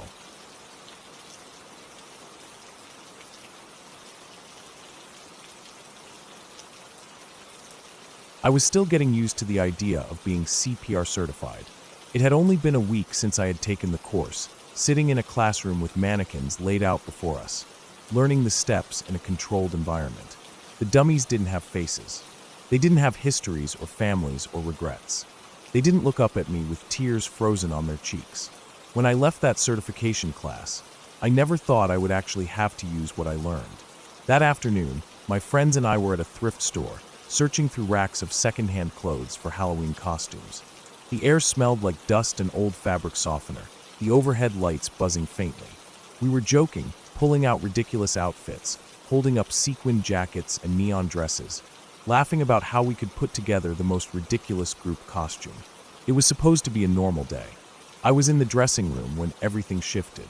Someone came in, their voice urgent but hushed, saying that a person was passed out in the parking lot. The whole store seemed to go quiet. I pushed open the door, stepped out, and saw people looking around, unsure of what to do. "I'm certified," I said. The words felt foreign coming out of my mouth. My stomach twisted as I realized what I had just volunteered for. I turned to the cashier and told them to call 911. I stepped outside. The parking lot stretched out before me, rows of cars sitting still under the afternoon sun. I scanned the area, expecting to see someone collapsed on the pavement. Nothing. Then someone came running out of the store behind me, pointing to a car parked far away from the others, off near the edge of the lot. My legs moved before my mind caught up. I sprinted toward the car, the sound of my feet hitting the pavement echoing in my ears. As I got closer, my breath caught in my throat. She was slumped against the inside of the driver's side window. Her face was blue. Not just pale or flushed, deep, unnatural blue. Like the life had been drained out of her. Her lips, her cheeks, even the areas around her eyes, which had those dark circles I had seen on people who used hard drugs. But those weren't dark now. They were blue too. The car was locked. We yanked on the handle, our fingers slipping. Someone else ran up, fumbling for the window, trying to see if we could force it down. Finally, we wedged our fingers in the small opening at the top and pulled. It was enough to pop the lock. The door swung open, and the first thing that hit me was the smell. It was a sickly sweet stench, chemical and sour, mixed with sweat and something stale. Inside, the car was a mess. Heroin needles littered the floor. Empty pill bottles rolled around near her feet. Crumpled fast food bags, a half-empty soda bottle, a stained sweatshirt. And then there were the toys. A small stuffed animal, a tiny shoe, a car seat in the back. She had kids. My hands shook as I reached for her. When we tilted her head back to check her pulse, I saw them, tears, streaks running down her motionless face. She had been crying before she lost consciousness. I don't know why that stuck with me, but it did. It still does. I pressed my fingers to her neck. Cold skin. I couldn't tell if I was feeling a pulse or just my own racing heartbeat pounding in my fingertips? Someone else tried. Uncertainty. No one wanted to say it out loud. We pulled her out of the car. Her body was limp, heavier than I expected, dead weight against my arms as we lowered her to the ground. The asphalt was rough beneath my knees as I positioned myself, trying to remember everything from that class. The mannequins hadn't felt like this.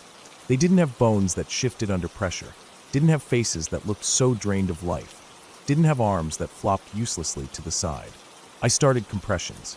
The rhythm played in my head, the instructor's voice echoing from that classroom a week ago. Harder than you think, faster than you think. Don't be afraid to break ribs. I counted, pushed, counted again. Someone tilted her head, tried to give rescue breaths. Her chest barely moved. I kept pushing. The sweat dripped down my back. My arms ached. My knees scraped against the pavement, but I didn't stop. I couldn't stop. Then the sirens. The ambulance screeched into the lot, tires skidding slightly as it came to a stop. Doors flew open. EMTs rushed toward us. I barely had time to move before they took over. One of them called out for Narcan. Another checked for vitals. A third took over compressions. A flurry of movement, commands being shouted, equipment being pulled from bags, hands working with expert precision. They strapped her onto a gurney, lifted her into the ambulance. A police officer stood nearby watching. I don't remember when he arrived, but suddenly he was there. He was the one who told us they had administered the drug that could reverse overdoses. But she had been gone too long. They'll do what they can, he said. The words hung heavy in the air. We all knew what he meant. I stood there as the ambulance pulled away, its sirens cutting through the air. The parking lot felt too quiet after that. My hands still tingled from the pressure of the compressions. My knees were raw. My throat was dry. I looked back at her car. The door still hung open, revealing the mess inside. The needles, the pill bottles, the stuffed animal, the car seat. She had kids. I don't know if she made it. I don't think she did. But I know I tried. I did everything I could. A week ago, I had sat in a classroom, pressing down on a plastic mannequin, thinking I would never need to do this in real life. And now, I couldn't shake the feeling of her ribs beneath my hands, the way her skin felt cold, the way her tears had dried in streaks on her cheeks. I walked back into the store. My friends were standing there, wide-eyed, silent. Someone asked if I was okay. I don't remember what I said. Halloween costumes suddenly felt unimportant. The normalcy of that afternoon had been shattered. I had walked into a thrift store looking for something ridiculous to wear for one night of fun. I had walked out and tried to bring a woman back to life. And I didn't know how to feel about that.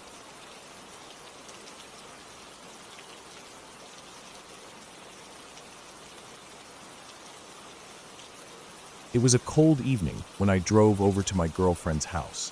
The sky had that grayish tint of a sun that had already set, leaving just a dim glow behind the trees. The air was heavy, the kind of cold that creeps under your skin, even if the temperature isn't low enough to bite. I had been to her house plenty of times before, knew the layout, knew where everything was, but that night, something felt different the second I stepped inside. Her parents weren't home, just the two of us in the quiet house. Usually, I felt comfortable there, but as I walked into the living room, an uneasiness settled deep in my gut. Something was off. My eyes were immediately drawn to the corner where the old china cabinet used to be. But it wasn't there anymore. Instead, a different one stood in its place, taller and darker. The wood was deep brown, polished but worn at the edges, the kind of furniture that had been around for decades. Glass doors framed the front, with delicate trinkets inside, teacups, porcelain dolls, small plates arranged neatly. A mirror lined the back, reflecting the dim light of the room. I knew my girlfriend's grandmother had passed a few months ago. I had never met her, but I had heard enough about her to know she had been bedridden in the hospital for a long time. I hadn't thought much about it at the time, but standing there in that living room, looking at that cabinet, I felt like I wasn't supposed to be there. The feeling wasn't fear, not yet. It was something deeper, a weight pressing against my chest, something almost sad. It was as if the air had thickened around me, the silence in the house stretching longer than it should. I stood there, staring at the cabinet, feeling my heartbeat just a little harder in my chest. I told my girlfriend I felt weird about it, but she shrugged it off, said it was nothing. Maybe I was just overthinking. She went to the bathroom, leaving me alone in the living room with that feeling still clawing at the back of my mind. I moved closer to the cabinet. The glass was old, slightly warped, making the reflection in the mirror look off, distorted in a way that made me hesitate. I could see the room behind me, the couch, the low table, the hallway leading to the rest of the house. My eyes drifted over the teacups, the porcelain dolls with their frozen expressions, the delicate plates stacked neatly on the shelves. And then, in the corner of the mirror, something shifted. It was just a silhouette at first, a shape behind me that hadn't been there before. My breath caught in my throat. I turned, expecting, hoping, to see my girlfriend coming back from the bathroom. But the room behind me was empty. The air grew colder. My skin prickled. I turned back to the mirror, my own reflection staring back at me. And behind it, the silhouette remained. Still, just standing there. A shape without features, dark against the dim room. I called out for my girlfriend, my voice tight, but before I could say anything else, a sound ripped through the house. A shrill, piercing scream from the bathroom. My blood turned ice cold. I didn't think, didn't hesitate. I ran down the hallway, my feet slamming against the floor. When I reached the bathroom, the door was locked. I pounded on it, shouting her name. The door didn't budge at first, then suddenly swung open. She was sitting on the floor, her arms wrapped around her knees, shaking. Tears streaked down her face. Her breathing was ragged, uneven. I dropped to my knees beside her, heart hammering in my chest. I kept asking what happened, but she just stared at the mirror above the sink, wide-eyed. Her lips parted like she was about to speak, but couldn't find the words. And then she finally said it. She had seen someone in the mirror. Neither of us wasted time. We ran. No shoes, no jackets. Just bolted out the front door into the freezing night. My car was parked down the driveway, and I barely remember unlocking it before we both jumped in. I turned the key so hard I thought I might snap it, the engine struggling for a second before roaring to life. I didn't care about anything except getting the hell away from that house. I drove. No destination, no plan. Just drove. The highway was empty, the only sound the tires against the asphalt, and our breathing, heavy and uneven. Neither of us spoke for a long time. I don't know how far we went, but by the time I pulled over, my hands were shaking on the steering wheel. We sat there, the engine running, both of us staring at nothing. The inside of the car was warm, but I still felt cold, like the chill had settled into my bones. I kept replaying what had happened over and over in my head, trying to make sense of it. But there was no sense to be found. After a while, I asked if she wanted to go back. She hesitated, then nodded. We couldn't just stay in the car all night. I turned us around and started driving back. When we pulled into the driveway, her house was dark, except for the porch light. And on the porch, her mother was sitting on the steps, arms crossed, staring into the distance. She didn't even look surprised to see us. When we got out, she finally spoke. Her voice was calm, but there was something in her eyes that unsettled me more than anything else that night. She said she had been seeing shadows move in the house all evening. I didn't know what to say. My girlfriend didn't either. We just stood there, the cold night air biting at our skin, looking at the house, at the windows that reflected nothing but darkness. I've spent my whole life looking for things like this. Ghost stories, urban legends, places people claim are haunted. I've gone out of my way to see things, to experience something unexplainable. But I've never found anything, never seen anything. Until that night. We went inside eventually. Her mom made tea, acting like nothing had happened.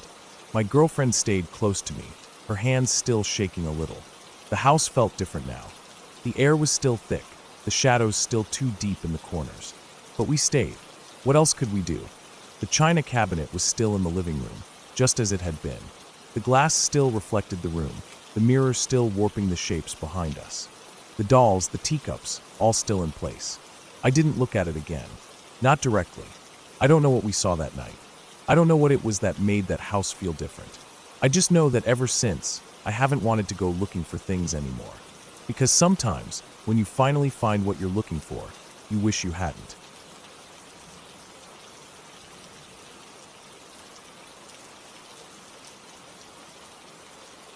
When I was in nursing school, I did my clinical rotations in a hospital that had seen its fair share of unusual cases.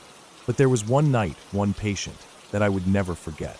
It wasn't a case of medical mystery or some shocking trauma. It was something much simpler, but far more unsettling. She was an elderly woman, a patient in one of the medical wards. Her body was failing her, but her mind had been sharp until a few days prior. She had been admitted for worsening heart failure, and from the moment she had arrived, she made her wishes crystal clear. She did not want to be resuscitated. No matter what happened, she did not want aggressive medical interventions. Her chart had been marked with the Do Not Resuscitate Order, DNR. We see it all the time. Some people want every measure taken to prolong life, no matter what. Others, like her, want to go naturally, without the pain and suffering of futile interventions. She had signed the paperwork. It was legal, official, and binding. But things changed. A few days after her admission, she became altered, confused, disoriented. It happened quickly. The nurses who had been speaking with her just a day prior noticed that she was no longer making sense, struggling to follow conversations. Sometimes this happens with elderly patients, whether from infection, medication side effects, or the worsening of their condition. Her family had been visiting, her grown children, and they saw her decline with concern. In the days that followed, things escalated further. She stopped recognizing people, began mumbling incoherently, and was often found staring blankly at the ceiling. When a patient becomes incapacitated and unable to make medical decisions for themselves, the responsibility falls to their legal next of kin or whoever holds power of attorney. In this case, it was her children, and they did something we all knew deep down was wrong. They changed her code status. They reversed her DNR. They made her full code. I remember the murmurs among the staff, the shared looks of unease. We all knew that this wasn't what the patient wanted, but legally we had no choice. Power of attorney overruled a signed DNR once the patient was deemed unable to make her own medical decisions. The doctors tried to discuss it with the family, but their minds were set. They wanted everything done to save her if her heart stopped, despite the fact that she had explicitly said otherwise. So, her chart was changed. She remained in her bed, her condition slowly worsening. She wasn't responsive anymore.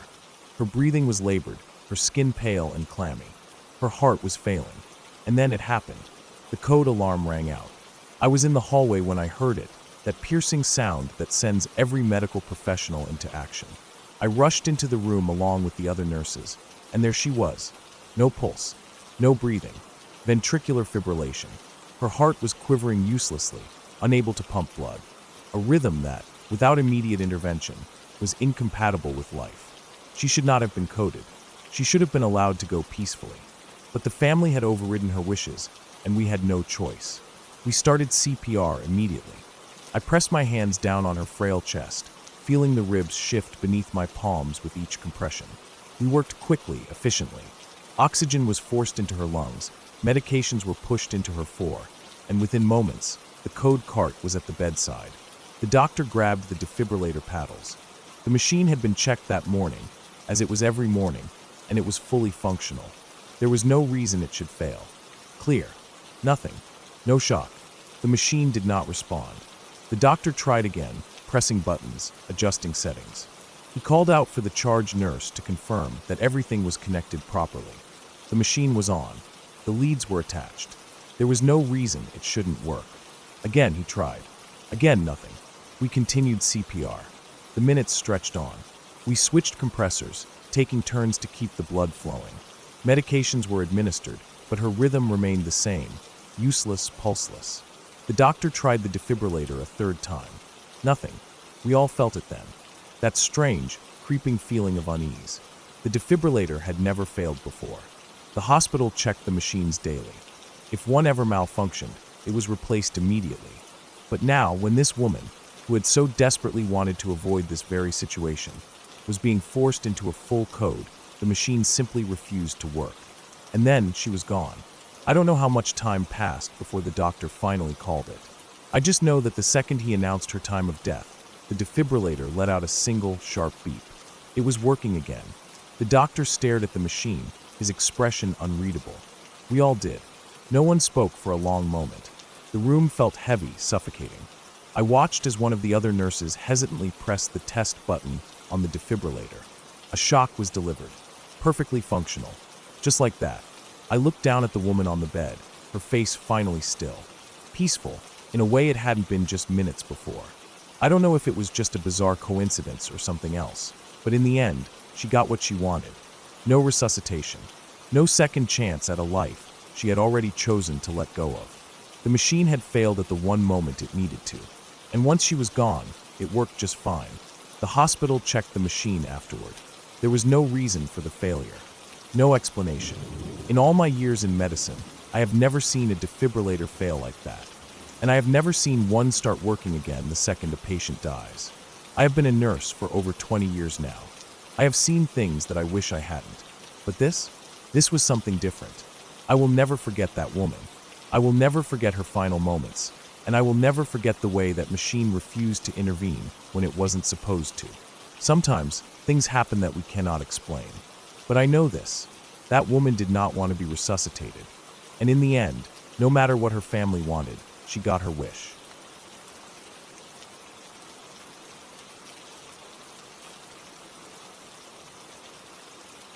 I lived in an old Victorian house with my mother when I was a child.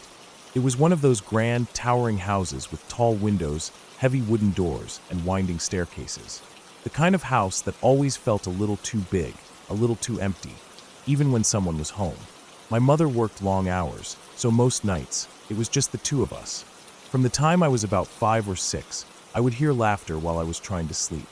It wasn't the comforting kind of laughter, like the sound of kids playing outside or a mother amused by something on TV. It was different. It was quiet at first, almost distant, like a sound that didn't belong. It would start somewhere in the hallway outside my room, just soft giggles drifting through the air. Some nights, it would stop as quickly as it started, and I would tell myself it was nothing, just my imagination. Other nights, it would go on for what felt like forever, teasing and light, like it was waiting for me to notice it. I told my mother about it once. She barely looked up from whatever she was doing at the time, and just said it was probably the TV. But I knew it wasn't. She didn't watch TV at night, at least not with the volume up. She was always too tired, and the laughter wasn't coming from downstairs. It was coming from the hallway. One night, I woke up again to the sound. The laughter was closer this time. It wasn't just in the hallway, it was in my room. I blinked up at the dark ceiling, my breath shallow. The laughter wasn't playful anymore. It was wrong. Twisted, like someone was enjoying something they shouldn't be. I turned my head slightly, trying to see into the corners of my room, but my nightlight barely lit anything beyond my bed. I tried to sit up, to reach for the lamp on my bedside table, but I couldn't move. Something was holding me down. Hands. I could feel them on my shoulders, pressing down, fingers gripping into my skin. They weren't playful or gentle. They were firm, heavy. I tried to scream, but my voice wouldn't work at first, just a gasp of air that barely left my throat. The laughter was right next to me now, inches from my ear, still light and amused like it was a game. Then the pressure got stronger, and panic took over. I screamed, using every bit of air in my lungs, over and over. The hands didn't let go at first, like whoever, or whatever, it was wanted to hold on just a little longer. My bedroom door flew open, the light from the hallway flooding in. My mother ran to my bed, switching on my lamp, her face tight with panic. As soon as the light came on, the pressure was gone. She tried to calm me, saying I must have had a nightmare, but I kept shaking my head. I knew what I felt. Then I told her, my voice still shaking, my shoulders hurt. She frowned and knelt beside me, pulling up my pajama top. The look on her face was the only thing that scared me more than what had just happened. Her eyes widened, and for the first time in my life, I saw my mother go pale.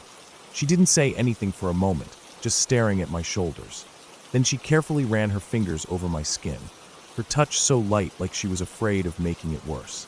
I twisted to look down, but I didn't need to see. I could feel it, the dull, throbbing pain of deep pressure, like bruises forming. I could still feel the places where the fingers had dug in. She let my shirt fall back down and quickly pulled me into her arms, holding me tighter than she ever had before. I didn't sleep in my own bed that night. She carried me to her room and let me stay in her bed for the rest of the night. But even then, I could feel the ache in my shoulders, a lingering reminder that whatever had happened wasn't just in my head. As I got older, I convinced myself that it was just a dream, a night terror, something my young mind had created out of childhood fears. I stopped thinking about it, stopped remembering the feeling of those hands on me, the way the laughter had sounded right next to my ear. I buried it deep, let time wear it down until it was just another strange childhood memory that didn't mean anything. Then years later, I brought it up to my mother in passing. Just a casual mention, something I didn't expect her to even remember. But as soon as the words left my mouth, I saw the color drain from her face. Her hands stilled over the dish she was washing, the water still running. Her breath hitched, and she turned to look at me with an expression I couldn't quite read. "I don't want to remember that," she said quietly, and then she turned back to what she was doing, like the conversation had never happened. That was when I knew. It hadn't just been a bad dream. My mother had seen those handprints, and she had been afraid. She never told me why. She never told me anything at all. And to this day, I don't know what scared her more. The fact that something had left those marks on me, or the fact that she had no explanation for it.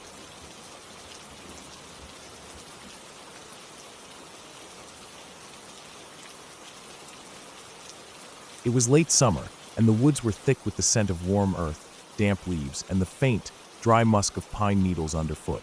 I was out walking, not really following a set path, just letting the trees guide me. The sun hung low in the sky, painting everything in gold and orange, but under the canopy, the light was dim and dappled.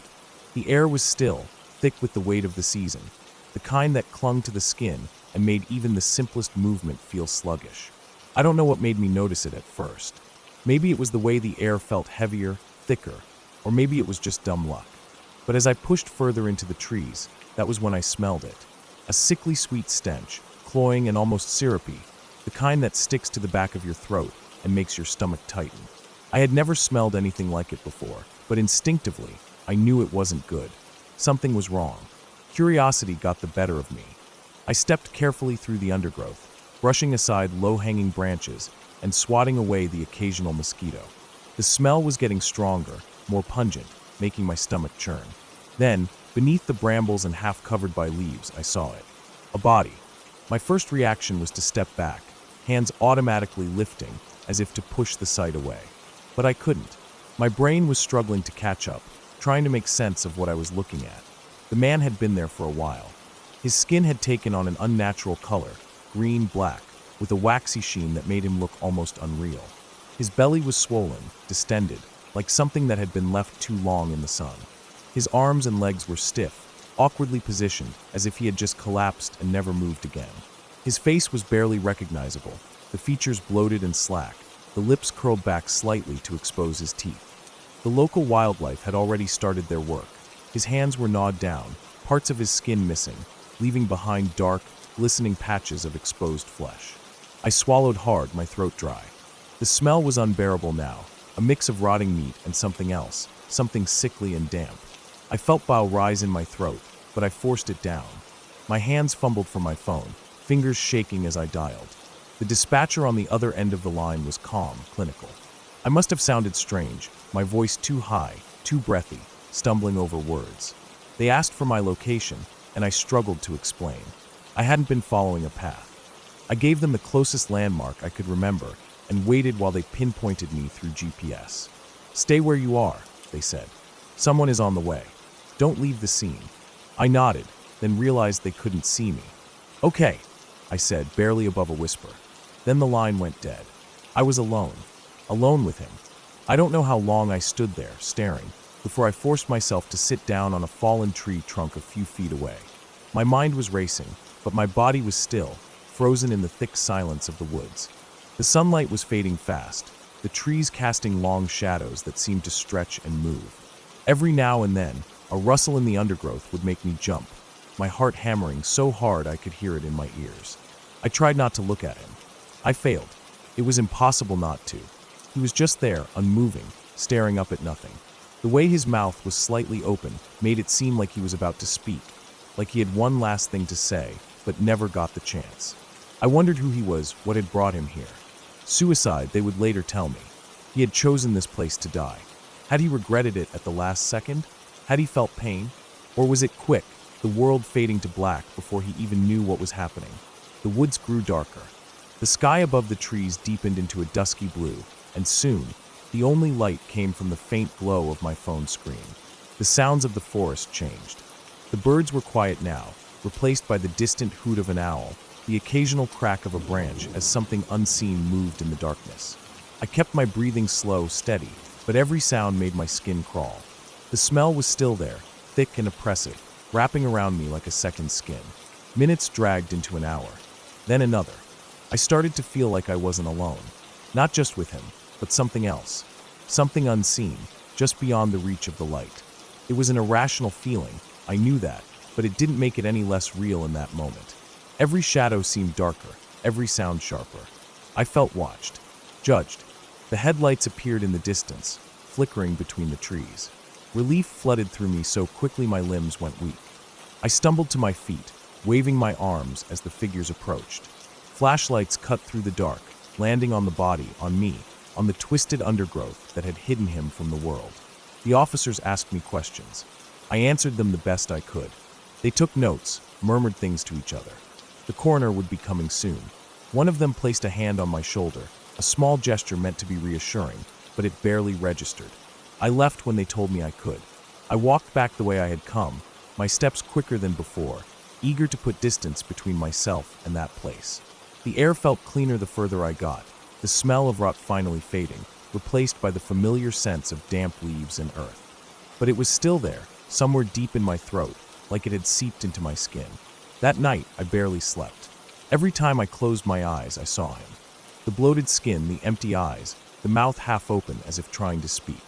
He followed me into my dreams, standing just at the edge of my vision, waiting. The dreams didn't stop after that night. Some were worse than others. I'd find myself back in the woods, the air thick with the smell of decay, knowing what I was about to find, but unable to stop myself. Other times, I'd see him standing in my room, unmoving, just watching. I'd wake up drenched in sweat, heart hammering, my mind struggling to pull itself from the nightmare. I knew it was just my brain processing what I had seen. Logic told me that. But some nights, when the air was still and the dark felt heavier than usual, I could swear I heard something. A faint rustling, a whisper of movement just beyond the edge of hearing. I never went back to that part of the woods again.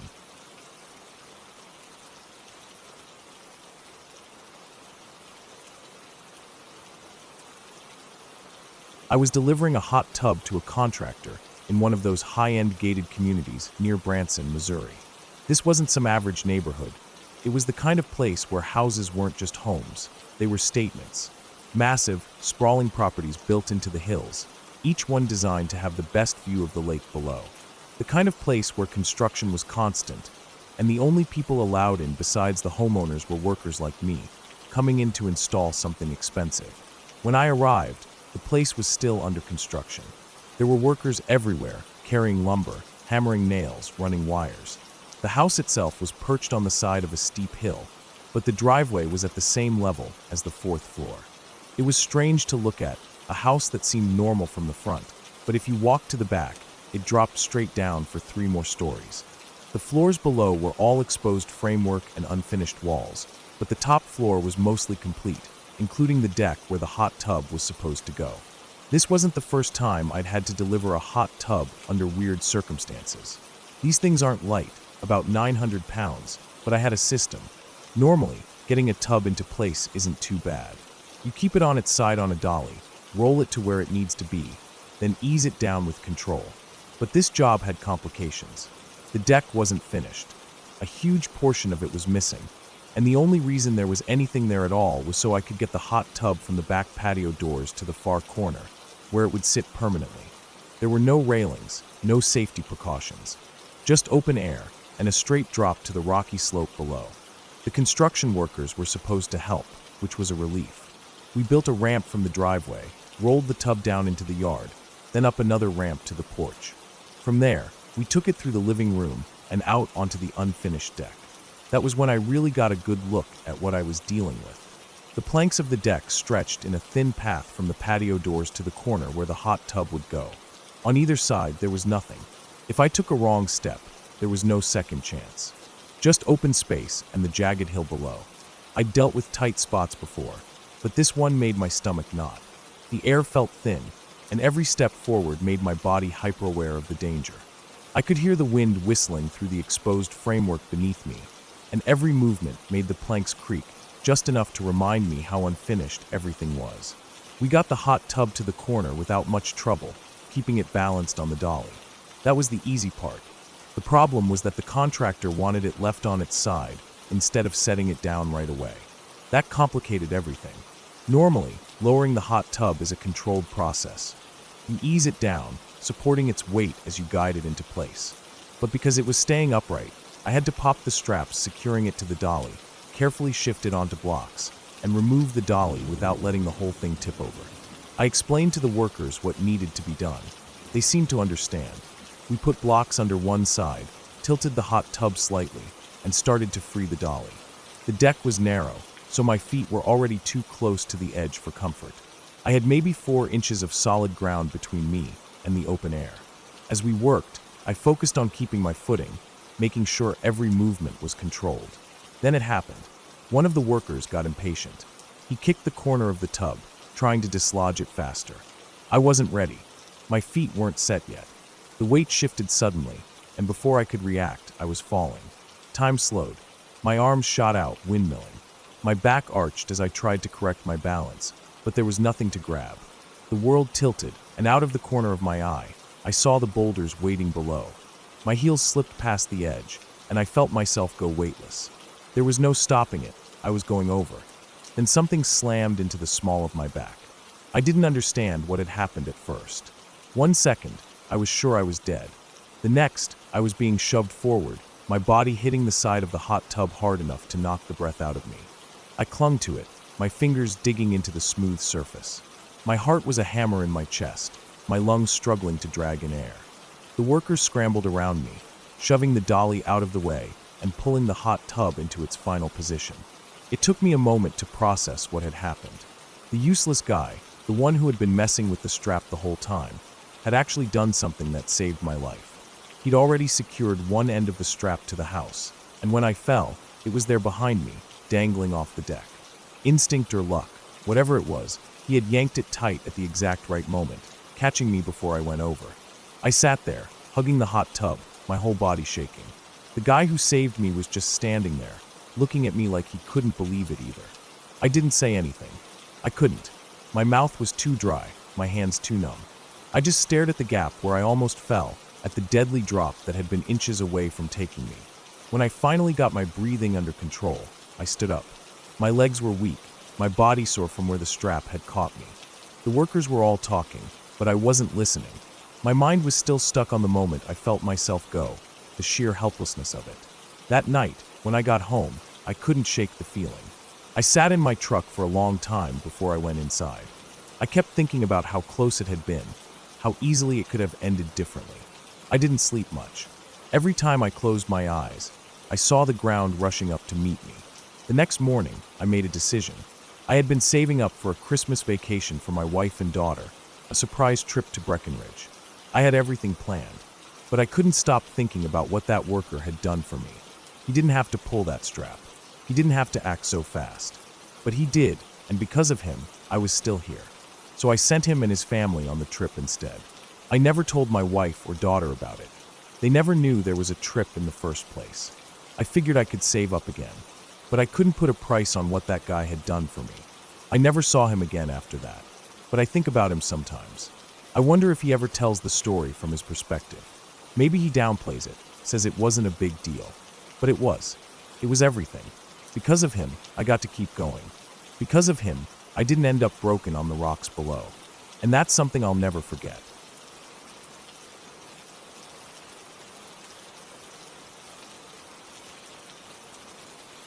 When I was 13, my grandmother was dying of cancer. She had always been strong, but the sickness had stripped everything from her. The house, once filled with the smell of her cooking and the sound of her laughter, had become quiet, heavy with the weight of her fading presence. My mother and I moved in with her during those last few weeks, making sure she was comfortable, making sure she wasn't alone. By the end, she was barely more than a shadow of herself, confined to her bed, her body too weak to even sit up on her own. The days blurred together. I remember the stillness, the way the light through the curtains never seemed to change, the way the air smelled of antiseptic and the faint, sour scent of sickness. Nights were the worst. My mother and I would take turns sleeping in the room with her. But even then, I don't think either of us ever really slept. Every cough, every creak of the floorboards, every shift in her breathing sent a wave of panic through us.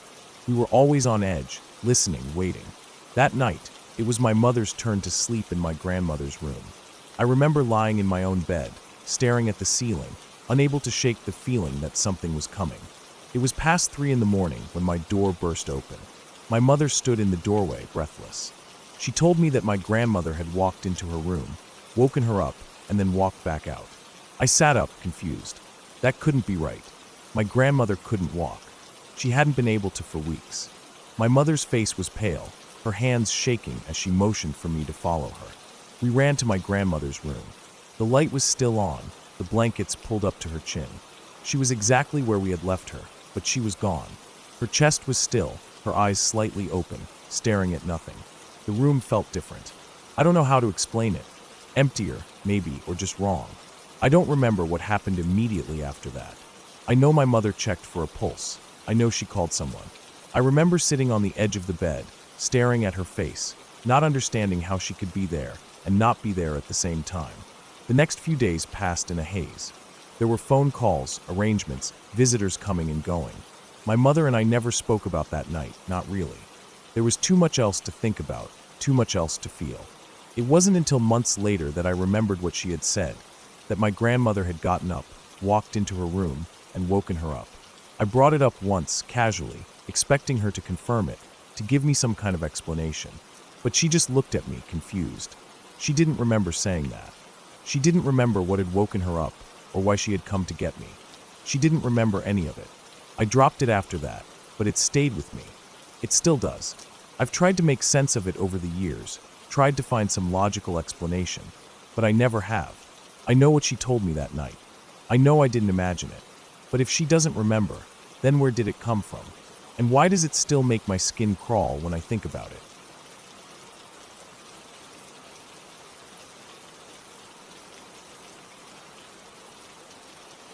My house sits farther back in the lot than most other houses. It's a strange layout too. The sidewalk runs the length of the living room and ends at the front porch, which leads straight into the living room. Large windows that don't open allow great light to flood in during the day, but they also make the space feel too exposed at night. The rest of my family was on vacation, and I had the place to myself. I figured I'd take the opportunity to get drunk and just enjoy having no responsibilities for the night. I drank more than I probably should have and passed out on the couch in the living room at around 9. I wasn't comfortable sleeping there. The couch sat right under those big windows, and the idea of being that exposed made me nervous, but I didn't want to walk all the way to my bedroom. It felt too far, and in my drunken haze, I told myself it would be fine. The street was quiet, the yard was dark, and nothing ever really happened around here. I woke up suddenly, and for a second, I had no idea why. My body felt ice cold, and an overwhelming sense of dread washed over me. The house was silent, too silent. I felt disoriented, trying to get my bearings. My head pounded, and my mouth was dry. I blinked at the ceiling, my heart hammering. Something felt off, but I couldn't place it. Then the banging started. It was a deep, hollow sound that echoed through the stillness of the house, making my chest tighten. It came from right above me, from the window. My breath caught in my throat. Without moving my head, I shifted my eyes upward. Someone was standing outside the window, pounding on the glass. My stomach dropped, and my body locked up. The figure was just a shadow, impossible to make out in detail, but it was there. I could see the shape of a person, the movement of their arms as they slammed their fists against the glass. I couldn't breathe. I couldn't move. The pounding was steady, relentless. Not frantic, not random. It was intentional, deliberate. I didn't know how long I stayed frozen like that, just staring at the window, my heart slamming against my ribs. I forced myself to glance at the cable box beside the TV. 3 in the morning. The banging didn't stop. I wanted to believe I was still drunk, that this was some kind of hallucination or nightmare, but I was awake. I was painfully awake. My body felt like it was filled with ice water. I thought about my phone. It was on the coffee table, just out of reach. If I moved, would they see me? Could they already see me? Then the noise stopped. My ears rang in the silence. My breathing was shallow, barely there. I stayed perfectly still listening. Then suddenly it started again. But not just at the window. The front door. Someone was pounding on the front door now too. It wasn't the same person. The sound was different. It was heavier, harder. The window rattled above me as the first person kept slamming their fists against the glass. But now there was another set of hands hammering against the front door, shaking the frame.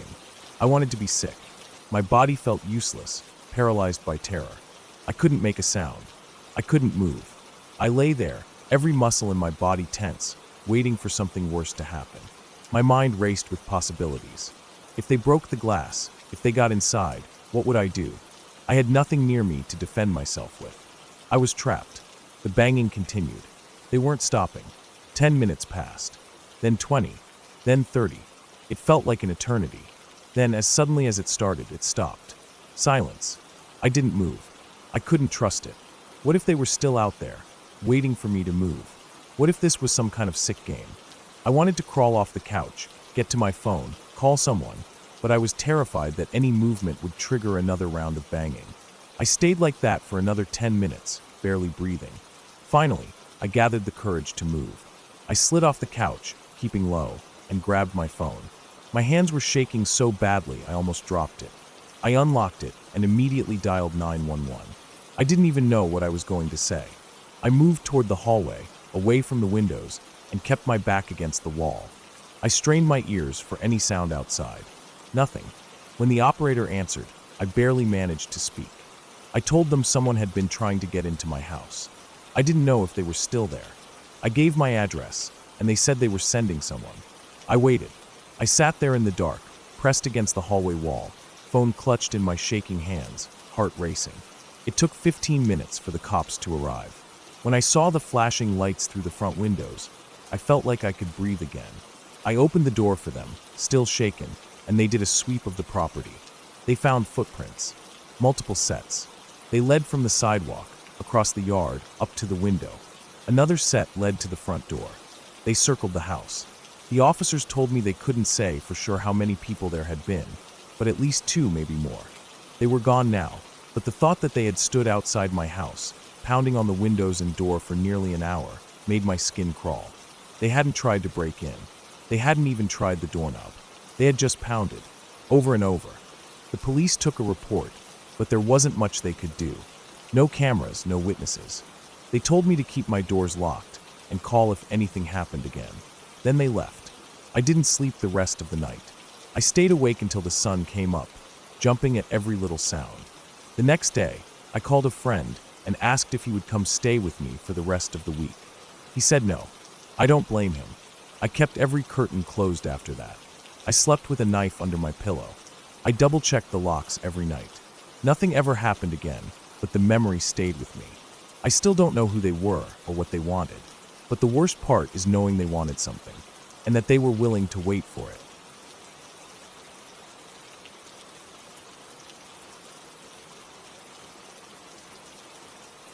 The war had taken everything. The house was gone, turned to rubble in a single night, and with it, any sense of security. The sky above London was never truly dark anymore, not with the fires and the searchlights cutting through the haze. The air smelled of burning wood and brick dust, acrid and bitter, a scent that never seemed to leave the back of the throat. With nowhere else to go, I had taken my infant son and sought refuge with a friend, a woman I had known for years, someone who still had a house that stood firm amidst the destruction. It wasn't much, but it was a roof, and a roof meant safety. Or at least, that's what I had told myself. She had offered me the top room, the one at the very back of the house. It was small, barely big enough for the cot and the bed, but it was private. I was grateful, though there was no warmth left in me for gratitude to take root. The war had stripped that away long ago. That night, I climbed the stairs slowly, careful not to wake my son. He was so small, barely a year old, and the world had already tried to take so much from him. His breath was soft against my shoulder as I held him close. The stairs creaked under my weight, old wood complaining as it shifted. The house was silent otherwise, the quiet before another night of sirens and firestorms. Then I saw it. It wasn't a shadow, nor a trick of the light. It was a figure, standing there on the stairs, solid and unmistakable. My chest went tight, a cold grip wrapping around my ribs. My feet stopped moving, muscles locked in place, and for the first time since the war began, I felt real fear. Not the distant fear of bombs falling in the night, nor the constant gnawing worry of hunger and loss. This was something different, something immediate. The figure didn't speak, but I knew what it was saying, knew it down to the marrow of my bones. Don't sleep in that room tonight. The baby shifted in my arms, a small sigh escaping his lips, and suddenly I could move again. I turned on my heel, walked back down the stairs without hesitation, my breath coming quicker now, heart pounding like a drum inside my chest. The sitting room would do. The floor was hard, and the air carried a draft from the cracked window, but I would take that over the weight pressing against me on those stairs. My friend wasn't pleased when I told her I wouldn't be using the room. She had made up the bed, had gone through the trouble, and I was refusing it without explanation. I didn't care. I wrapped my son in blankets and lay beside him on the floor. Sleep was slow to come. The noises of the city were never-ending. The distant hum of engines overhead, the distant thuds of bombs hitting other parts of London, the occasional burst of gunfire. But eventually, exhaustion won over, and I slipped into a restless half-sleep. Then the world cracked open. The explosion was deafening, shattering the night apart with a force that rattled my teeth. The house groaned, shuddered, as if some great beast had taken hold of it and was shaking it apart. My ears rang, and for a long moment, I couldn't see, couldn't breathe, could do nothing but hold onto my son as tightly as I could. Dust filled the air, thick and choking, and through it, I could hear my friend shouting, her voice raw with panic. The house hadn't collapsed entirely, but something had given way. The air was sharp with the scent of plaster, wood, and something metallic, something bitter. When I could finally see, I pushed myself upright, my arms trembling from the effort of holding my son so tightly. He was crying now, his small voice thin and terrified, but he was alive. That was all that mattered. I looked up toward the ceiling, toward where the top room should have been. It was gone. The bomb had struck close, too close. The roof had caved in, taking the walls with it, sending shattered wood and brick down into what had once been the room where I was meant to sleep, where my son's cot had been set up. There was no bed anymore, no floor, just rubble. If I had been there, if my son had been in that cot. I didn't let myself finish the thought. My friend was beside me now, hands shaking, mouth moving without words. I could see the horror in her eyes, the realization of what had nearly happened. What should have happened? But it hadn't, because I hadn't gone up those stairs. Because I had listened. Even now, I don't know what I saw that night. I don't know why I turned back, why my feet refused to take another step toward that room. I only know that if I hadn't, my son wouldn't be here. I wouldn't be here. The war didn't stop. The bombs kept coming. London burned, and the sky stayed alight with fire and smoke. But I had been given something that night, something I could never explain, something I would never forget. And for the first time in a long time, I was truly grateful. Grateful for the warning. Grateful for whatever had kept me away from that room. Grateful to still be alive.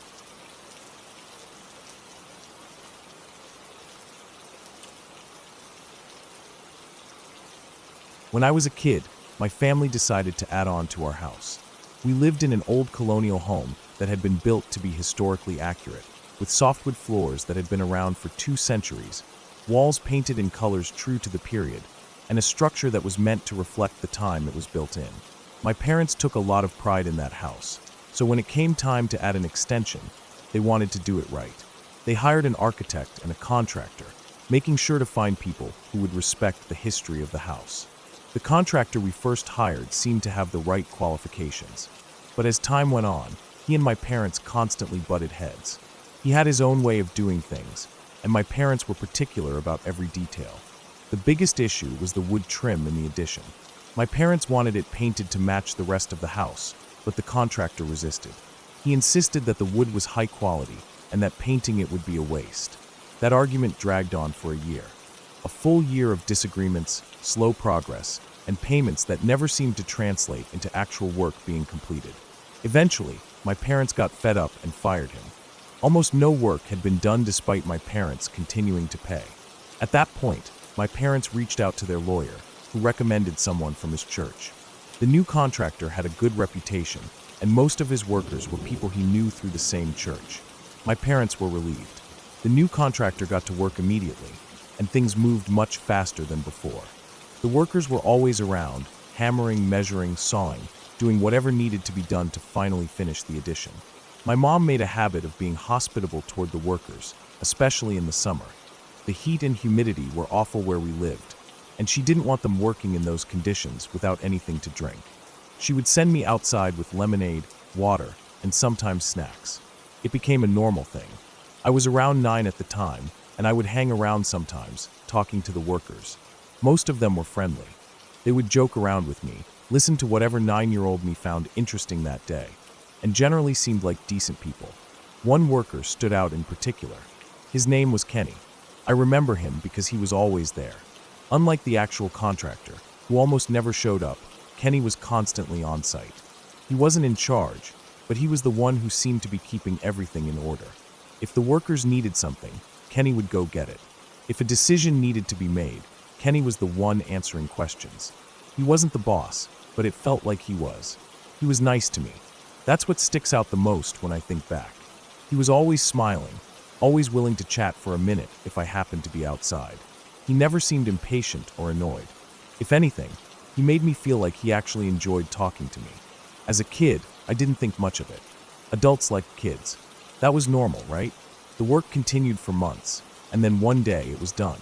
After more than 2 years of delays, arguments, and stress, the addition was finally complete. Life went back to normal. The workers left, and the house was ours again. It was a relief. Then, a few months later, I heard my parents talking in hushed voices. I wasn't supposed to hear, but I did. My mom was reading something from the newspaper, and her voice sounded off, like she was struggling to process what she was saying. She kept repeating the same name, Kenny. I remember sitting at the kitchen table and feeling my stomach drop. Something about the way she said his name made me feel sick. I didn't know why. I didn't know what had happened yet, but I knew it wasn't good. Eventually, I found out. Kenny had been arrested. His name was in the paper because he had been sent to prison. The charge was for something I didn't understand at the time. Something that didn't make sense to me as a kid. He was a pedophile.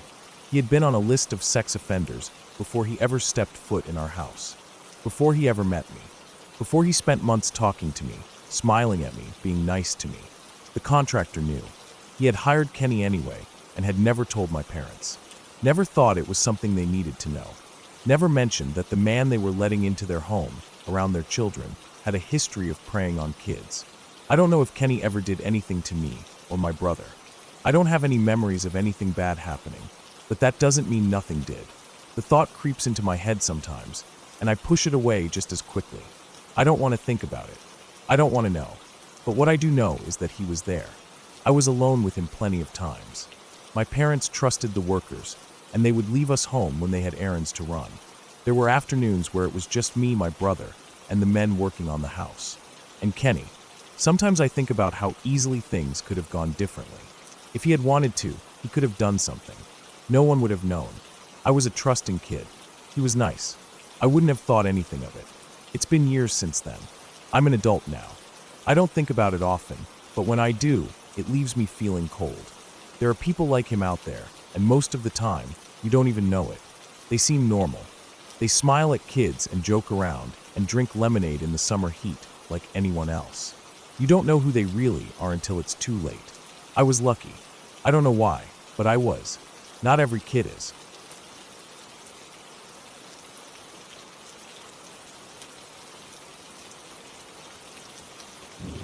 Growing up, my sister had an imaginary friend. I never thought much of it. Lots of kids did. Her name was E.E., and according to my sister, she was an older lady who was always nice to her. She would talk to her, play with her, and even save a spot for her at the table sometimes. It wasn't unusual for her to be giggling at nothing or having full conversations by herself. My parents brushed it off as normal childhood behavior, and so did I. Then one day, it just stopped. She never mentioned E again. I figured she had grown out of it. Years passed, and it was nothing more than a vague memory. We were older, sharing a room in the same house we had always lived in. The house itself was old, having been in our family for generations. Our mom had grown up there, and so had our grandfather before her. One night, when my sister was about 10, things changed. Mom had left in a hurry. We didn't know all the details at first, just that she got a phone call about Grandpa and left with Dad. I was in one end of the house, doing my own thing, while my sister was in our shared bedroom. The house was quiet. Too quiet. The kind of quiet where every creak in the wood and every shift in the walls seemed louder than usual. Then I heard it. The radio in our room clicked on. First, it was just static, and then music played, loud, way louder than we ever listened to it. Before I could react, the volume turned down by itself, then went completely silent. A few seconds later, it did it again. Loud, then quiet. Loud, then quiet. Each time, The clicks of the dials were clear, deliberate. There was no way this was an accident. I stormed into the room, ready to call out my sister for messing around, but she wasn't laughing or playing. She was sitting on her bed, pale as a sheet frozen. Her eyes were locked on the radio. I walked over to it, reaching for the plug to yank it from the wall, but there was nothing there. No cord. I picked it up. No batteries either. My stomach dropped. It was the only radio in the house, an old one we barely used. I turned to my sister. She wasn't looking at me. She was still staring at the radio like she expected something else to happen. Then she whispered, barely loud enough for me to hear. It was E. I saw her. It was E. I didn't know what to say. I wanted to tell her she was being ridiculous, that she must have imagined it, but I had just watched it happen myself. I grabbed the radio and carried it out of the room. I didn't want it near us anymore. Then I called Mom. She picked up immediately. I started telling her everything, my words rushing together in a mess of panic. But she wasn't listening. She wasn't even responding. Then, after a long pause, she said something that made my stomach twist. Your grandpa just passed away. She sounded distant, like she was still processing it herself. She didn't say anything else before hanging up. I sat there, the phone still in my hand, trying to make sense of what just happened. The next few days were a blur. Mom and Dad were back home, but everything felt heavy, like there was a weight pressing down on all of us. My sister wouldn't talk about what happened. She just kept quiet, like she was scared to say anything out loud. I wanted to forget it, to move on. But then, at the funeral, something else happened. A relative, someone we didn't see often, walked up to us, holding an old photo in her hands. She told us she had been going through some things and found it, thought we might like to have it. My sister looked at it first. The moment she saw it, she gasped. Her face, already pale from everything that had happened, somehow went even whiter. It's E, she said. I leaned over to look. It was a picture of my grandparents on their wedding day. My grandmother, who had died when my mom was just a kid. A woman we had never seen before because there were no pictures of her in our house. My step-grandmother had gotten rid of them all when she moved in, years before we were even born. My sister had never seen this woman in her life, but she recognized her instantly. I didn't know what to think. I still don't. Maybe there was some explanation. Maybe my sister had seen a picture once and forgotten about it, and it was just buried in her memory somewhere. Maybe the radio had a mechanical fault, some kind of glitch that made it turn on by itself. But deep down, I knew it wasn't that simple. After the funeral, we went home. Nothing else happened. The radio never turned on by itself again. My sister never mentioned E again, and I didn't ask. Even now, years later, I still think about it. About how sure my sister was. About how there was no way she could have known. About the timing of it all. I don't have an answer. Maybe I never will. All I know is that something happened that night, something we can't explain. And even if I try to forget, a part of me never will.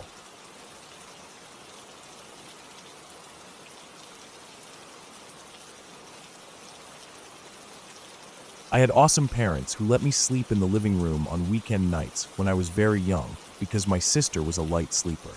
It was a small thing, but to me it was freedom. I could stretch out on the couch, watch whatever I wanted on TV, and stay up until I couldn't keep my eyes open anymore. The living room felt like my little space on those nights, where I could doze off to the sound of late-night shows and wake up to the quiet stillness of the house. Most of the time, I'd start with a plan to stay awake until dawn, but Nick at Night had a way of making my eyes heavy.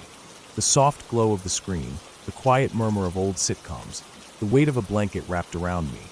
Eventually, I'd always drift off, the TV still playing in the background. That night was no different. I had fallen asleep on the couch, wrapped in my blanket, the television humming in the darkness. It must have been deep into the night when I woke up suddenly, my whole body stiff with that strange, prickly feeling. The kind that makes your stomach drop before your brain even knows why. I sat up fast, heart hammering, and my eyes went straight to the front window. Our house sat in the middle of rural Georgia, surrounded by towering trees that stretched high into the sky. At night, they turned into dark shapes against the moonlight, swaying gently with the wind. But there was something else out there, something that didn't move with the wind. I squinted, my breath catching in my throat. In the pale glow of the moon, just beyond the yard, I could make out the silhouette of someone sitting in the branches of a tree. My body locked up. The figure was still, perched there like it had been watching the house for a long time. Then, in a blur of fur and snarling teeth, our family dog rushed to the window. He pressed his front paws against the glass, growling deep and low. His fur bristled along his back, his teeth bared. The sound made my skin crawl. He had never acted like that before, not even when deer wandered close to the yard. Panic kicked in. I scrambled off the couch and ran straight to my parents' room, my feet barely making a sound against the floor. My hands shook as I pushed their door open and rushed to my dad's side.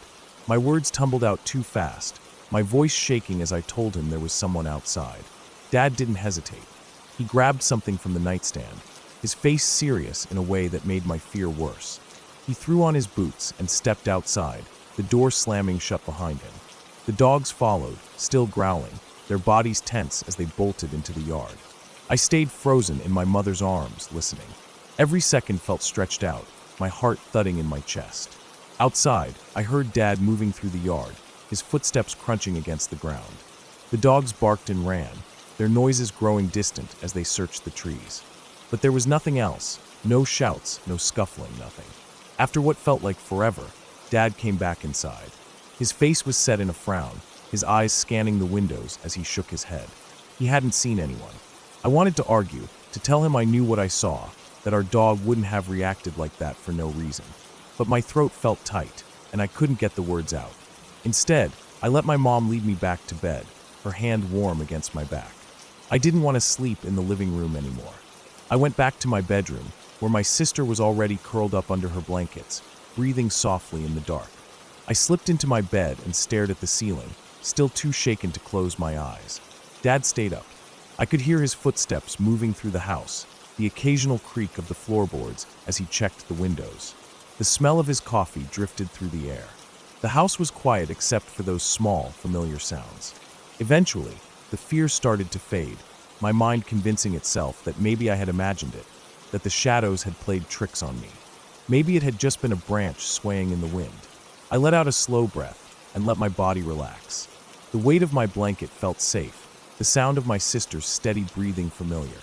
My eyelids grew heavy, my body finally starting to drift off. Then, just as sleep was about to take me, I felt it again. That same prickly feeling creeping up my spine, the unshakable sense that I was being watched. I turned my head toward the window, and there he was. The man stood just outside, his face barely visible in the moonlight. My breath caught in my throat, and for a long second, neither of us moved. He lifted a finger to his lips in a slow, deliberate motion. A shush.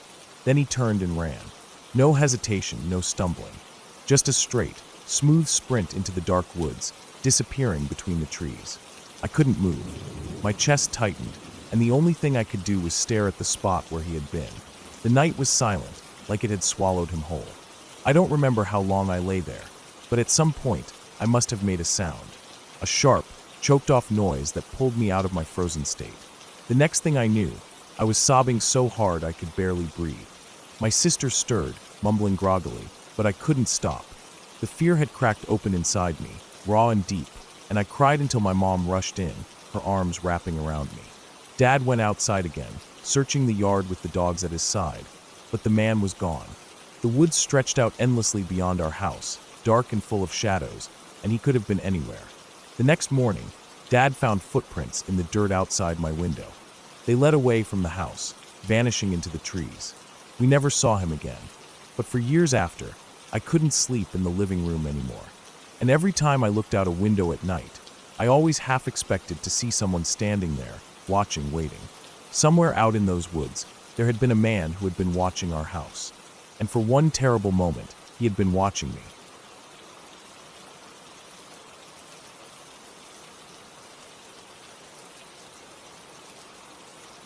When we moved into the house, I was 6 years old.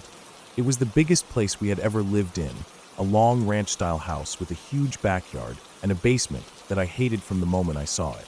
The house had 3 bedrooms, my parents' room on one side, my brother's and mine on the other. The hallway in between felt endless, and the light in it always seemed too dim, no matter how many bulbs my dad changed. At first, everything was fine. My brother and I spent our time exploring, running through the house, getting used to our new rooms. But it didn't take long before something started happening. I would be sitting on the floor, playing with my toys, and hear my dad calling me from his room. The first time, I didn't think much of it. I got up, ran across the house, and found him lying on the bed, watching TV with my mom. When I asked him what he wanted, he gave me a blank look and said he hadn't called me. My mom said the same thing. I remember just standing there, confused, before walking back to my room. It happened again a few days later. My dad's voice, calling my name from the other end of the house. I went to check, and again, he told me he hadn't called me. This kept happening, at least once every few days, always the same way. I'd hear my name, clear as day, always in my dad's voice, and every time I checked, he swore he hadn't said anything. At first, I thought they were messing with me. I was a kid, and kids fall for tricks like that. But as time went on, I started getting this weird feeling whenever I heard my name. Something in my stomach would twist up, like a little warning. It was still my dad's voice, always calm, always normal, but something about it wasn't right. The night that changed everything, I was playing in my room when I heard him call me again. I sighed, got up, and walked across the house like I always did. When I stepped into my parents' room, I saw them both sitting on the bed. My dad was reading something, my mom watching TV. They looked up when I walked in. And then, before I could say anything, I heard my mom's voice calling me from the living room. I froze. My whole body locked up, and I just stood there, staring at my parents. My mom was right in front of me. I could see her lips moving as she said something to my dad, but I had just heard her voice clear as day from the other side of the house. My stomach dropped. I don't even remember what I said to them, if I said anything at all. I just turned and walked back to my room, but I didn't play anymore. I sat on my bed, feeling small, feeling weirdly cold, even though it was warm in the house. I didn't tell anyone. What would I even say? That I was hearing voices? That they sounded exactly like my parents? That they always came from the farthest part of the house? Even as a kid, I knew it sounded crazy. I started ignoring it after that. Every time I heard my name, I stayed where I was, my heart pounding, waiting for it to go away. It always did. But that feeling, that cold twist in my stomach, never went away. Years passed. I got older, and the voice never stopped. It wasn't as often, but every once in a while, I'd hear it, sometimes my dad's, sometimes my mom's. I never responded, never followed it again. I told myself it was just my imagination, an old habit, something left over from childhood. I kept it to myself until my brother got diagnosed with partial narcolepsy. One of the symptoms, the doctor said, was auditory hallucinations. That got my attention. Maybe I had it too. Maybe that explained everything. I went to get checked, expecting to finally have an answer. But I didn't. I was fine. Perfectly fine. I didn't know what to do with that. If it wasn't my brain, if it wasn't some medical condition, then what the hell had I been hearing all those years? I moved out when I turned 18. The house stayed the same. My parents never moved. I went back for visits, stayed the night sometimes, and every time, I felt it again. The quiet, the way the hallway light still wasn't bright enough, the way the house seemed to breathe at night when everything else was silent. And sometimes, just when I started to relax, I would hear my name being called from the other side of the house. I don't check anymore. I don't follow it. I just sit there, my hands gripping the sheets, waiting for it to stop. It always does, but it always comes back.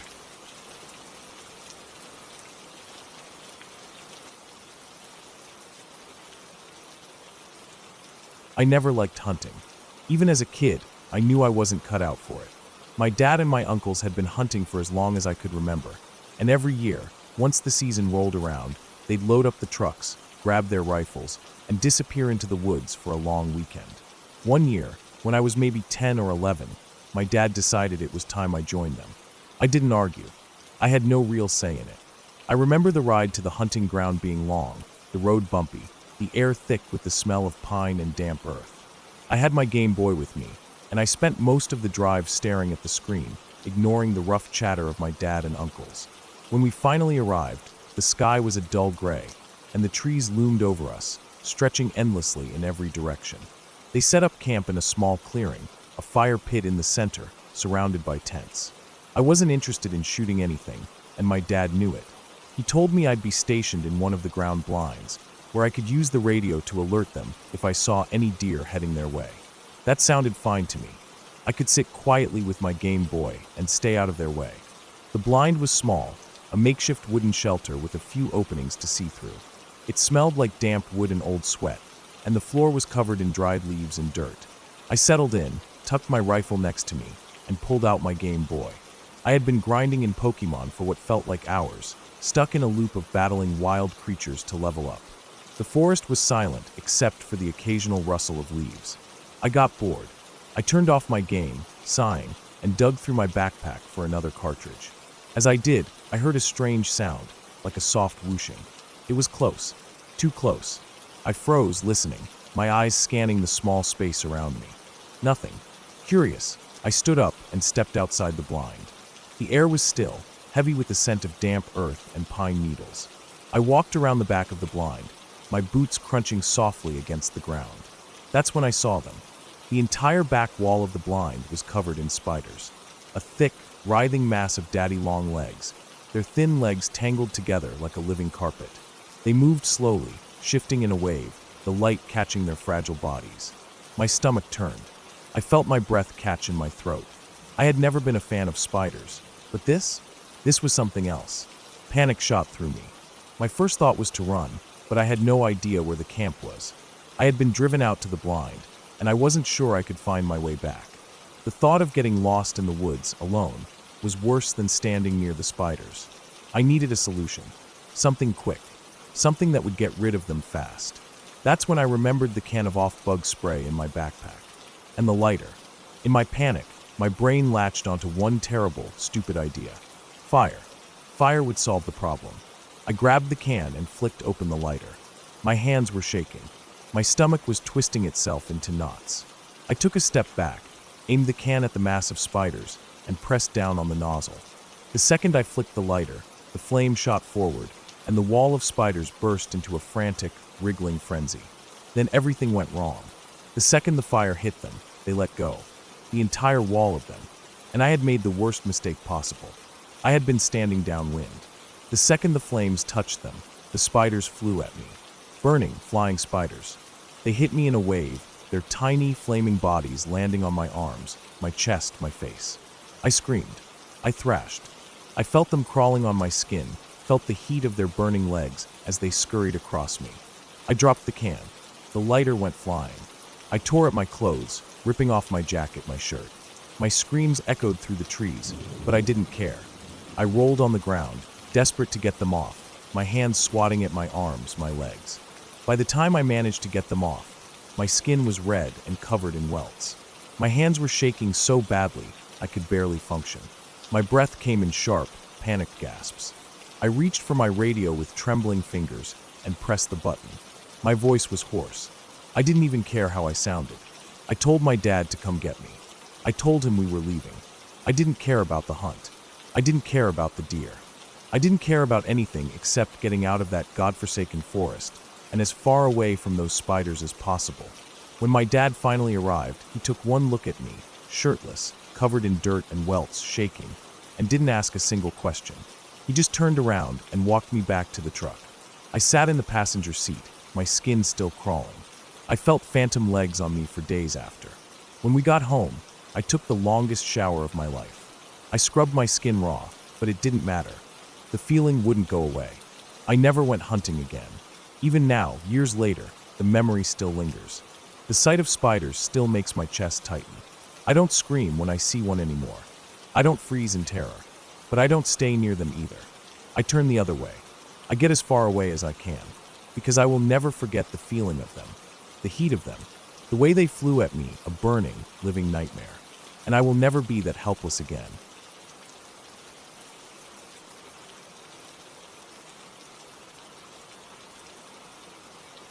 It was the middle of summer, and I was back at my parents' house for the holidays. Nothing special about the visit, just a few weeks to relax, catch up with family, and enjoy the break from work. The house was the same as ever, familiar, comfortable, and quiet at night, aside from the occasional creaks and groans of an old building settling into itself. That night, I was in my room, sitting at my desk, lost in whatever I had pulled up on my computer.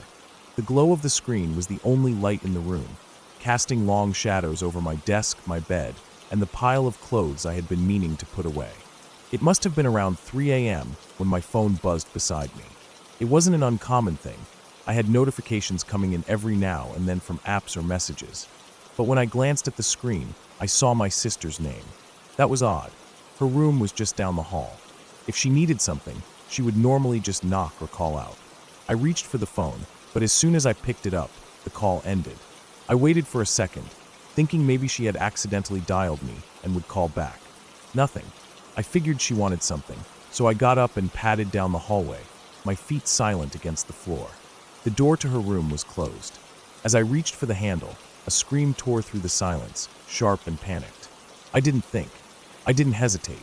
I slammed the door open, ready to fight whoever was in there. But the room was empty. My sister was sitting up in bed, her breath coming in short, panicked gasps. The blankets were pulled up around her, her eyes wide with terror. It took a minute to get her to calm down, to get her to stop shaking enough to talk. She told me she had woken up to find something, standing over her, just centimeters from her face. A dark shape, unmoving, watching her. She barely had time to register the figure before she screamed, and when she did, it was gone. I tried to make sense of it. A shadow, a dream, the mind playing tricks in the dark, but she was shaking too hard for it to have been just a dream. And there was no way anyone could have gotten in or out of the room that fast. I checked. The window was locked. The closet was empty. There was nowhere for anyone to hide. Then I remembered the call. I told her she had called me, that she must have woken up and reached for her phone before she even realized what was happening. She looked confused, shook her head. Her phone wasn't in her room. She had left it downstairs in her purse. I didn't believe it at first, but when we went down to check, there it was, exactly where she had left it. And when she checked her call log, there was nothing. No record of her calling me at all. But my phone still had it. The call had happened. Someone had used her phone to call me. I didn't sleep that night. Neither did she. We ended up sitting in the living room with the lights on, trying to piece together an explanation that made sense. The next day, we went through the house again. We checked the doors, the locks, the windows. Everything was secure. My parents didn't hear anything. There was no sign that anyone had broken in.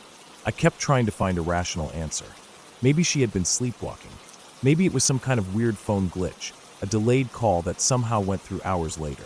Maybe she had a nightmare so vivid that she thought she was awake. But none of it explained how her phone had made a call from another room. None of it explained how she had seen something standing over her bed. For the rest of the time I was at my parents' house, I felt uneasy at night. I double-checked the locks before going to bed. I listened for sounds in the hallway. I kept my phone next to me, screen on, just in case. Nothing else happened, but that didn't make it better. It just made it worse, because it meant that whatever it was, whoever it was, didn't need to come back. They had already done what they wanted, and we never figured out what that was.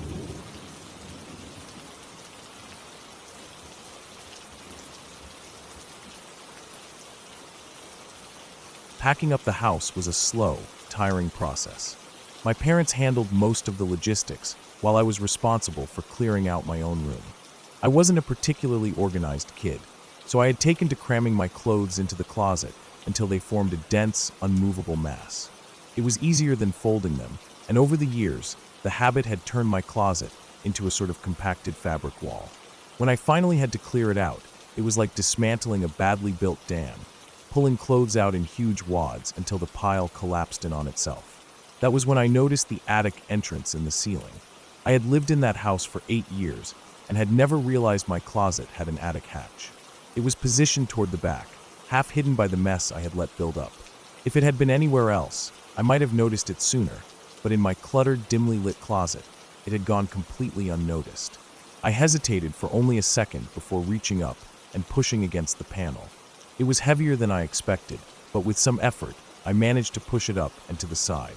A thin trickle of dust and debris fell onto my face, making me squint as I hoisted myself onto my compressed clothing pile and peered inside. The first thing I noticed was that the attic wasn't completely dark.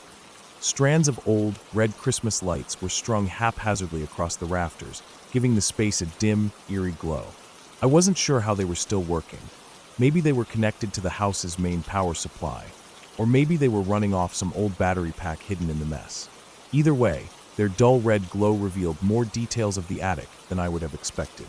The second thing I noticed was that the attic wasn't just an empty storage space. It had been lived in. The insulation had been sealed behind plastic sheets, making the space less drafty than it should have been. Against one wall, There was an old gurney, the kind you might find in a hospital, piled with sleeping bags and old, tattered sheets. A rusted, mint-green refrigerator stood beside it, and when I pulled the door open, I was shocked to feel the faintest gust of cold air. It still worked. And then there were the bones. They were scattered throughout the attic in 6 or 7 distinct piles, some small, some larger. They weren't neatly arranged, but they weren't completely random either. Some piles looked like they had been burned, the bones blackened and brittle, leaving dark smudges on the wooden floor. Near these piles, the walls were scrawled with what looked like charcoal smears. I couldn't make out most of it, just shapes and streaks, but one word stood out, repeated more than once, sorry. I stood there, frozen. My brain struggled to process what I was seeing. I was old enough to know that these weren't just some old Halloween decorations, but I wasn't old enough to fully understand what kind of bones they were. They weren't all the same. Some were small, others long and thick. Some looked like they had come from birds, others from something much larger. There were even a few that looked unsettlingly human, though I had no way of knowing for sure. I backed out of the attic slowly, lowering myself onto the pile of clothes in my closet. My hands were shaking. I felt sick, like I had just swallowed something rotten. That attic had been right above me the entire time I had lived in that house. Someone had been up there. Someone had stayed there long enough to set up a bed, find a working fridge, and arrange those bones. And I had never known. I shut the attic hatch, pressing it down as firmly as I could, though I knew that wouldn't change anything. The bones were still up there. The smeared words were still up there. I sat on the floor of my room for a long time, staring at the closet, trying to convince myself that I had imagined it all, that I had misunderstood what I had seen. But the image was burned into my mind. The piles, the charred black patches, the word sorry. I didn't tell my parents. I don't know why. Maybe I was afraid they wouldn't believe me. Maybe I was afraid they would go up there and find something even worse. Or maybe I just didn't want to deal with it. We were leaving the house. Soon, it wouldn't be our problem anymore. For the next few weeks, I avoided the closet. When my dad asked me to finish packing up my room, I made sure to shove everything into boxes without opening that hatch again. I didn't even like being in the room alone anymore.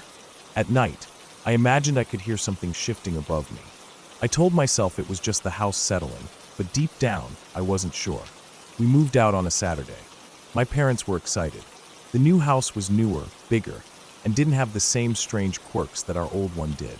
They saw it as an upgrade. I saw it as an escape. I didn't look back as we drove away. A few months later, I got curious. I looked up our old house online, checking real estate listings to see if it had been sold yet. It had. The listing had a few new photos, and in one of them, I noticed something strange. The closet door in my old bedroom was gone. The entire thing had been removed, and where it had once been, there was now a smooth, unbroken wall. Someone had sealed it up.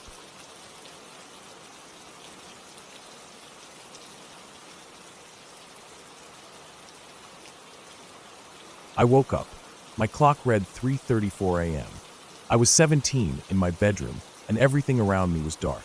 I could barely see my own hands in front of my face. My room was silent, the kind of silence that makes your ears ring a little. Then from downstairs, I heard something, a rattling noise. Something shifting, moving. The kind of sound that didn't belong in the middle of the night. I didn't move right away. I lay still, my breathing shallow, trying to make sense of the sound. The house was usually quiet at night. My parents were heavy sleepers. My brother was always awake on his computer, and I wasn't used to hearing anything unusual. But this noise wasn't normal. It wasn't the house settling or the heater kicking on. It was deliberate. I sat up slowly. My blankets felt heavy, like they were holding me down. My arms felt weak, my chest tight. I strained my ears. The sound had stopped. I hesitated, waiting, hoping it was nothing. Maybe I had imagined it. Maybe it was a dream, a leftover sound from whatever I had been dreaming about before waking up. I didn't want to go downstairs. That much was clear. But I needed to check. I needed to know. First, I would check on my parents. If they were awake, then maybe they were the ones moving around. If not, I didn't want to think about what that meant. I slid out of bed, stepping as lightly as I could. The wooden floor under my feet felt cold. My body was tense, like I was bracing for something. I opened my door slowly, so it wouldn't creak. The hallway was dark, the only light coming from the dim glow of my brother's room. I walked toward my parents' room first. The door was open. Weird. It was always closed at night. I peeked inside, expecting to see them in bed, but the bed was empty. The sheets were pulled back, like they had left in a hurry. I swallowed hard. My throat was dry. Where were they? I turned and went upstairs to my brother's room. The light was on. His computer screen glowed. His chair sat empty. He wasn't there. He was always here at night, always awake, always playing games or watching videos. But now, his absence felt like a warning, like something was wrong. That meant whatever I heard downstairs, it wasn't them. I backed away from his door. My breathing was faster now, my pulse pounding in my ears. I needed to know. I needed to see. I moved down the stairs, slow and careful, trying to make as little noise as possible. My socks muffled my footsteps, but my heart was beating too loud in my chest. Every step felt like it took forever. My body wanted to run, but my mind forced me to move cautiously. When I reached the last step, I saw them. 2 men. They stood in the middle of my living room. They were facing my TV, their backs to me, one of them reaching for the cords. They weren't speaking. They weren't moving fast either. Like they weren't in a rush. Like they knew they had time. I froze. My brain screamed at me to run, but my body wouldn't move. I felt like I was underwater, everything slow, my limbs heavy. Then finally, something snapped in my mind, and I turned. I ran back upstairs, taking the steps 2 at a time, breath catching in my throat. I reached my bedroom, slammed the door shut, locked it. Silence. Then the banging started. Hard. Angry. The door rattled with each hit. My hands were shaking. I backed away, heart hammering, my entire body tight with fear. I woke up. My body jolted, my breath ragged. Relief hit me like a wave. It was a dream. Just a dream. My heart was still racing, but I let myself relax. I turned my head, looking toward my clock. 3:34 a.m. My stomach dropped. That wasn't right. That was too much of a coincidence. I felt cold all over, my skin prickling. I sat up, rubbing my arms, trying to shake the feeling. I needed to prove to myself that everything was fine, that I was awake now, that it was just my brain playing tricks on me. I slid out of bed and made my way downstairs. The house was quiet. No rattling, no sounds, just the normal stillness of night. I walked through the hallway, my nerves still on edge. My feet hit the cold floor, and I stepped into the kitchen. Then I saw them, the 2 men. They weren't in the living room this time. They were in the kitchen, and they weren't silent. They were screaming at my parents and my brother. My dad's hands were raised. My mom looked pale. My brother was stiff, like he didn't know whether to run or fight. The men were furious, their voices loud, their bodies tense. I turned and ran. My vision blurred, my body felt weak, but I made it to my room. I shut the door, locked it, pressed my back against it, trying to breathe. My whole body was shaking. I counted in my head, trying to slow my pulse. 10 seconds passed. Then the banging started. I woke up. My chest was tight. I gasped for air. My hands were gripping my blanket, so hard my knuckles were white. My whole body was drenched in sweat. 3:34 a.m. I didn't sleep again that night. I didn't sleep the next night either.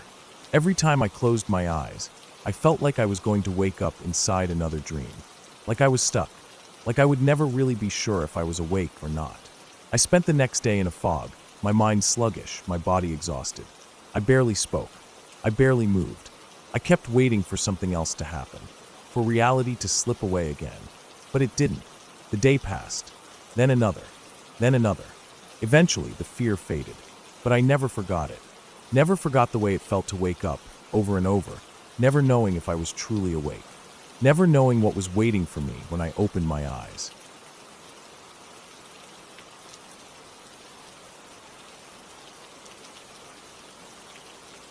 It was a warm summer night, the kind that made the air feel heavy, but still comfortable enough to be outside. The city had quieted down for the night, the sounds of traffic replaced by the occasional siren in the distance or a car passing by every few minutes. My friend and I had been out biking, enjoying the calm that only comes after midnight when most people have gone to sleep. The streets were mostly empty, and we had spent the last hour or so just riding around, taking advantage of the stillness. It felt safe enough, or at least it had until the moment we said our goodbyes and went our separate ways. My ride home was short, only about 2 blocks. Normally, that wouldn't have been anything to think about, but because of the construction on the main road, I had to take the sidewalk. The road itself was mostly deserted, but the sidewalk was narrow, barely wide enough for a bike and a pedestrian. I wasn't going particularly fast, just coasting along, letting the warm air push against my face. That was when I noticed the man ahead of me. He was walking at a steady pace, hands in his pockets, shoulders slightly hunched forward. He didn't look homeless, not exactly, but he had that worn-out appearance, like someone who had been through a lot, but was still holding on to something. He was older than me, probably in his 40s, with scruffy facial hair and a slightly unkempt look. Just another person walking alone at night. Nothing too unusual for this part of town. The sidewalk was too narrow for me to pass without making my presence known, and I didn't want to startle him. When I got close enough, about 6 feet behind him, I called out, "Hey, behind you!" He turned around immediately, and the look he gave me sent a chill down my spine. His face twisted into something filled with sudden, burning rage, as if I had done something unspeakable just by existing in that moment. His eyes locked onto mine, dark and furious, and I felt my stomach drop. I didn't stop. I turned onto my street, pushing down the sudden wave of unease creeping up my back. Maybe he was just having a bad night. Maybe he was drunk or high. It was the kind of city where that kind of thing wasn't uncommon. I told myself it wasn't a big deal, that I was overreacting, but then I heard him. He was following me. Not just following. He was shouting, screaming at the top of his lungs, calling me things I don't even want to repeat. His voice was hoarse, filled with venom, and growing louder. My hands gripped my handlebars tighter as my legs instinctively pedaled faster. I was barely halfway down the block, and he was still behind me, screaming about how he was going to kill me. I could feel my chest tightening, my heart pounding in my ears. I was only seconds away from my house, but I couldn't go there. If he saw me turn into my driveway, he'd know where I lived. My brain was screaming at me to keep moving, to not let him see, to not let him know. I made a split-second decision. I wasn't going home yet. I was going to loop around the block and hope that by the time I circled back, he would be gone. I pedaled as fast as I could, taking the next turn and pushing myself harder than I had all night. The sound of his screaming faded behind me, but the fear didn't. My body was running on pure adrenaline, every muscle tense, every breath shallow. I kept my eyes forward, forcing myself to focus, to keep moving. When I reached the end of the block, I slowed down, trying to steady my breathing. I needed to see if he was still there. I turned my head as I came back onto my street, and that was when I saw him. He was standing on my front stoop. My entire body locked up. He wasn't shouting anymore, wasn't moving. He was just standing there, staring out at the street, waiting. He knew. Somehow he knew. I rode past without slowing down, my heart hammering so hard I thought I might pass out. He saw me, but he didn't say anything this time. He just watched me, standing completely still, his presence looming over my doorstep like a nightmare made real. I didn't stop. I didn't even think. I turned and rode straight back to my friend's house, my entire body trembling by the time I reached their door. I didn't want to explain, didn't want to say the words out loud, because that would make it real. I just knew I couldn't go home, not yet. I stayed at my friend's place that night, too afraid to even check if he was still there. The next morning, I had to go back. My stomach was in knots the whole way. I half expected him to still be there, waiting, but the stoop was empty. Nothing out of place. No sign that anything had happened. But 2 days later, my bike was stolen. It was taken from the alley behind the house, the same alley I had used 100 times before, the one no one really paid attention to. It could have been anyone, just a coincidence. That's what I kept telling myself. But I never saw him again, and I never rode home alone at night again either.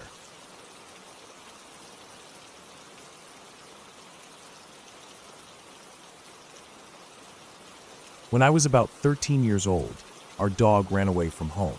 It wasn't the first time. We had a gate in the back that never quite latched properly unless you made sure it did. And more than once, someone in the family had forgotten to check. She was a curious little thing, always interested in sniffing around, and I could usually find her not far from home, exploring the alleys where people left their trash. She had a routine about it. She'd wander off, but the minute she saw me, she'd drop whatever she was doing and come running straight to me, tail wagging, as if it had all just been a game. I never had to chase her or call her more than once.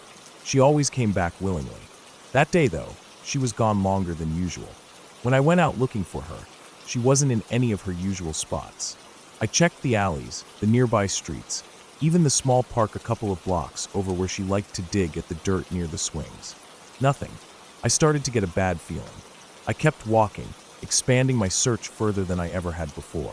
My heart was pounding, my stomach twisting into knots as each empty street and alley passed by. She had never gone this far before. I called her name, listening for the sound of her paws on the pavement or the jingle of her collar, but I heard nothing.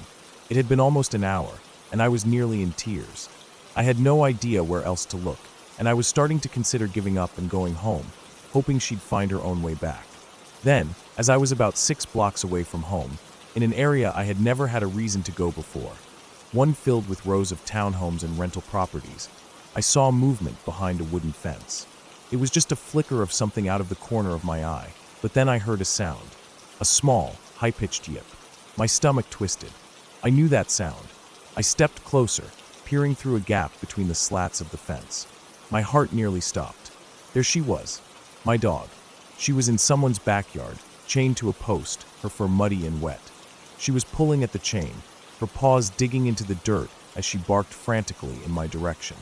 My body flooded with relief for half a second before it was immediately replaced with confusion and something deeper, something colder. Whoever lived here had chained her up. At first, I tried to rationalize it. Maybe they had found her wandering and decided to keep her safe until they could find her owner. That had to be it, right? But if that were true, why hadn't they checked her collar? She had her tags, her license, our phone number. They could have called. They should have called. But they didn't. I walked up the front steps and rang the doorbell. My palms were sweaty. My heart was racing. I heard voices inside, muffled yelling in a language I didn't understand. I waited, shifting from foot to foot. No one came. I rang the bell again. After a long moment, the door cracked open just an inch. An older man, maybe in his 60s, stood there, peering at me through the gap. He had a deep-set face, dark eyes that didn't blink. He didn't say anything at first, just stared. I swallowed hard. "Hi, I think you found my dog. She's in your backyard." His expression didn't change. "What dog?" I felt a chill go through me. My voice wavered. "My dog. The little white dog in your yard." He shook his head.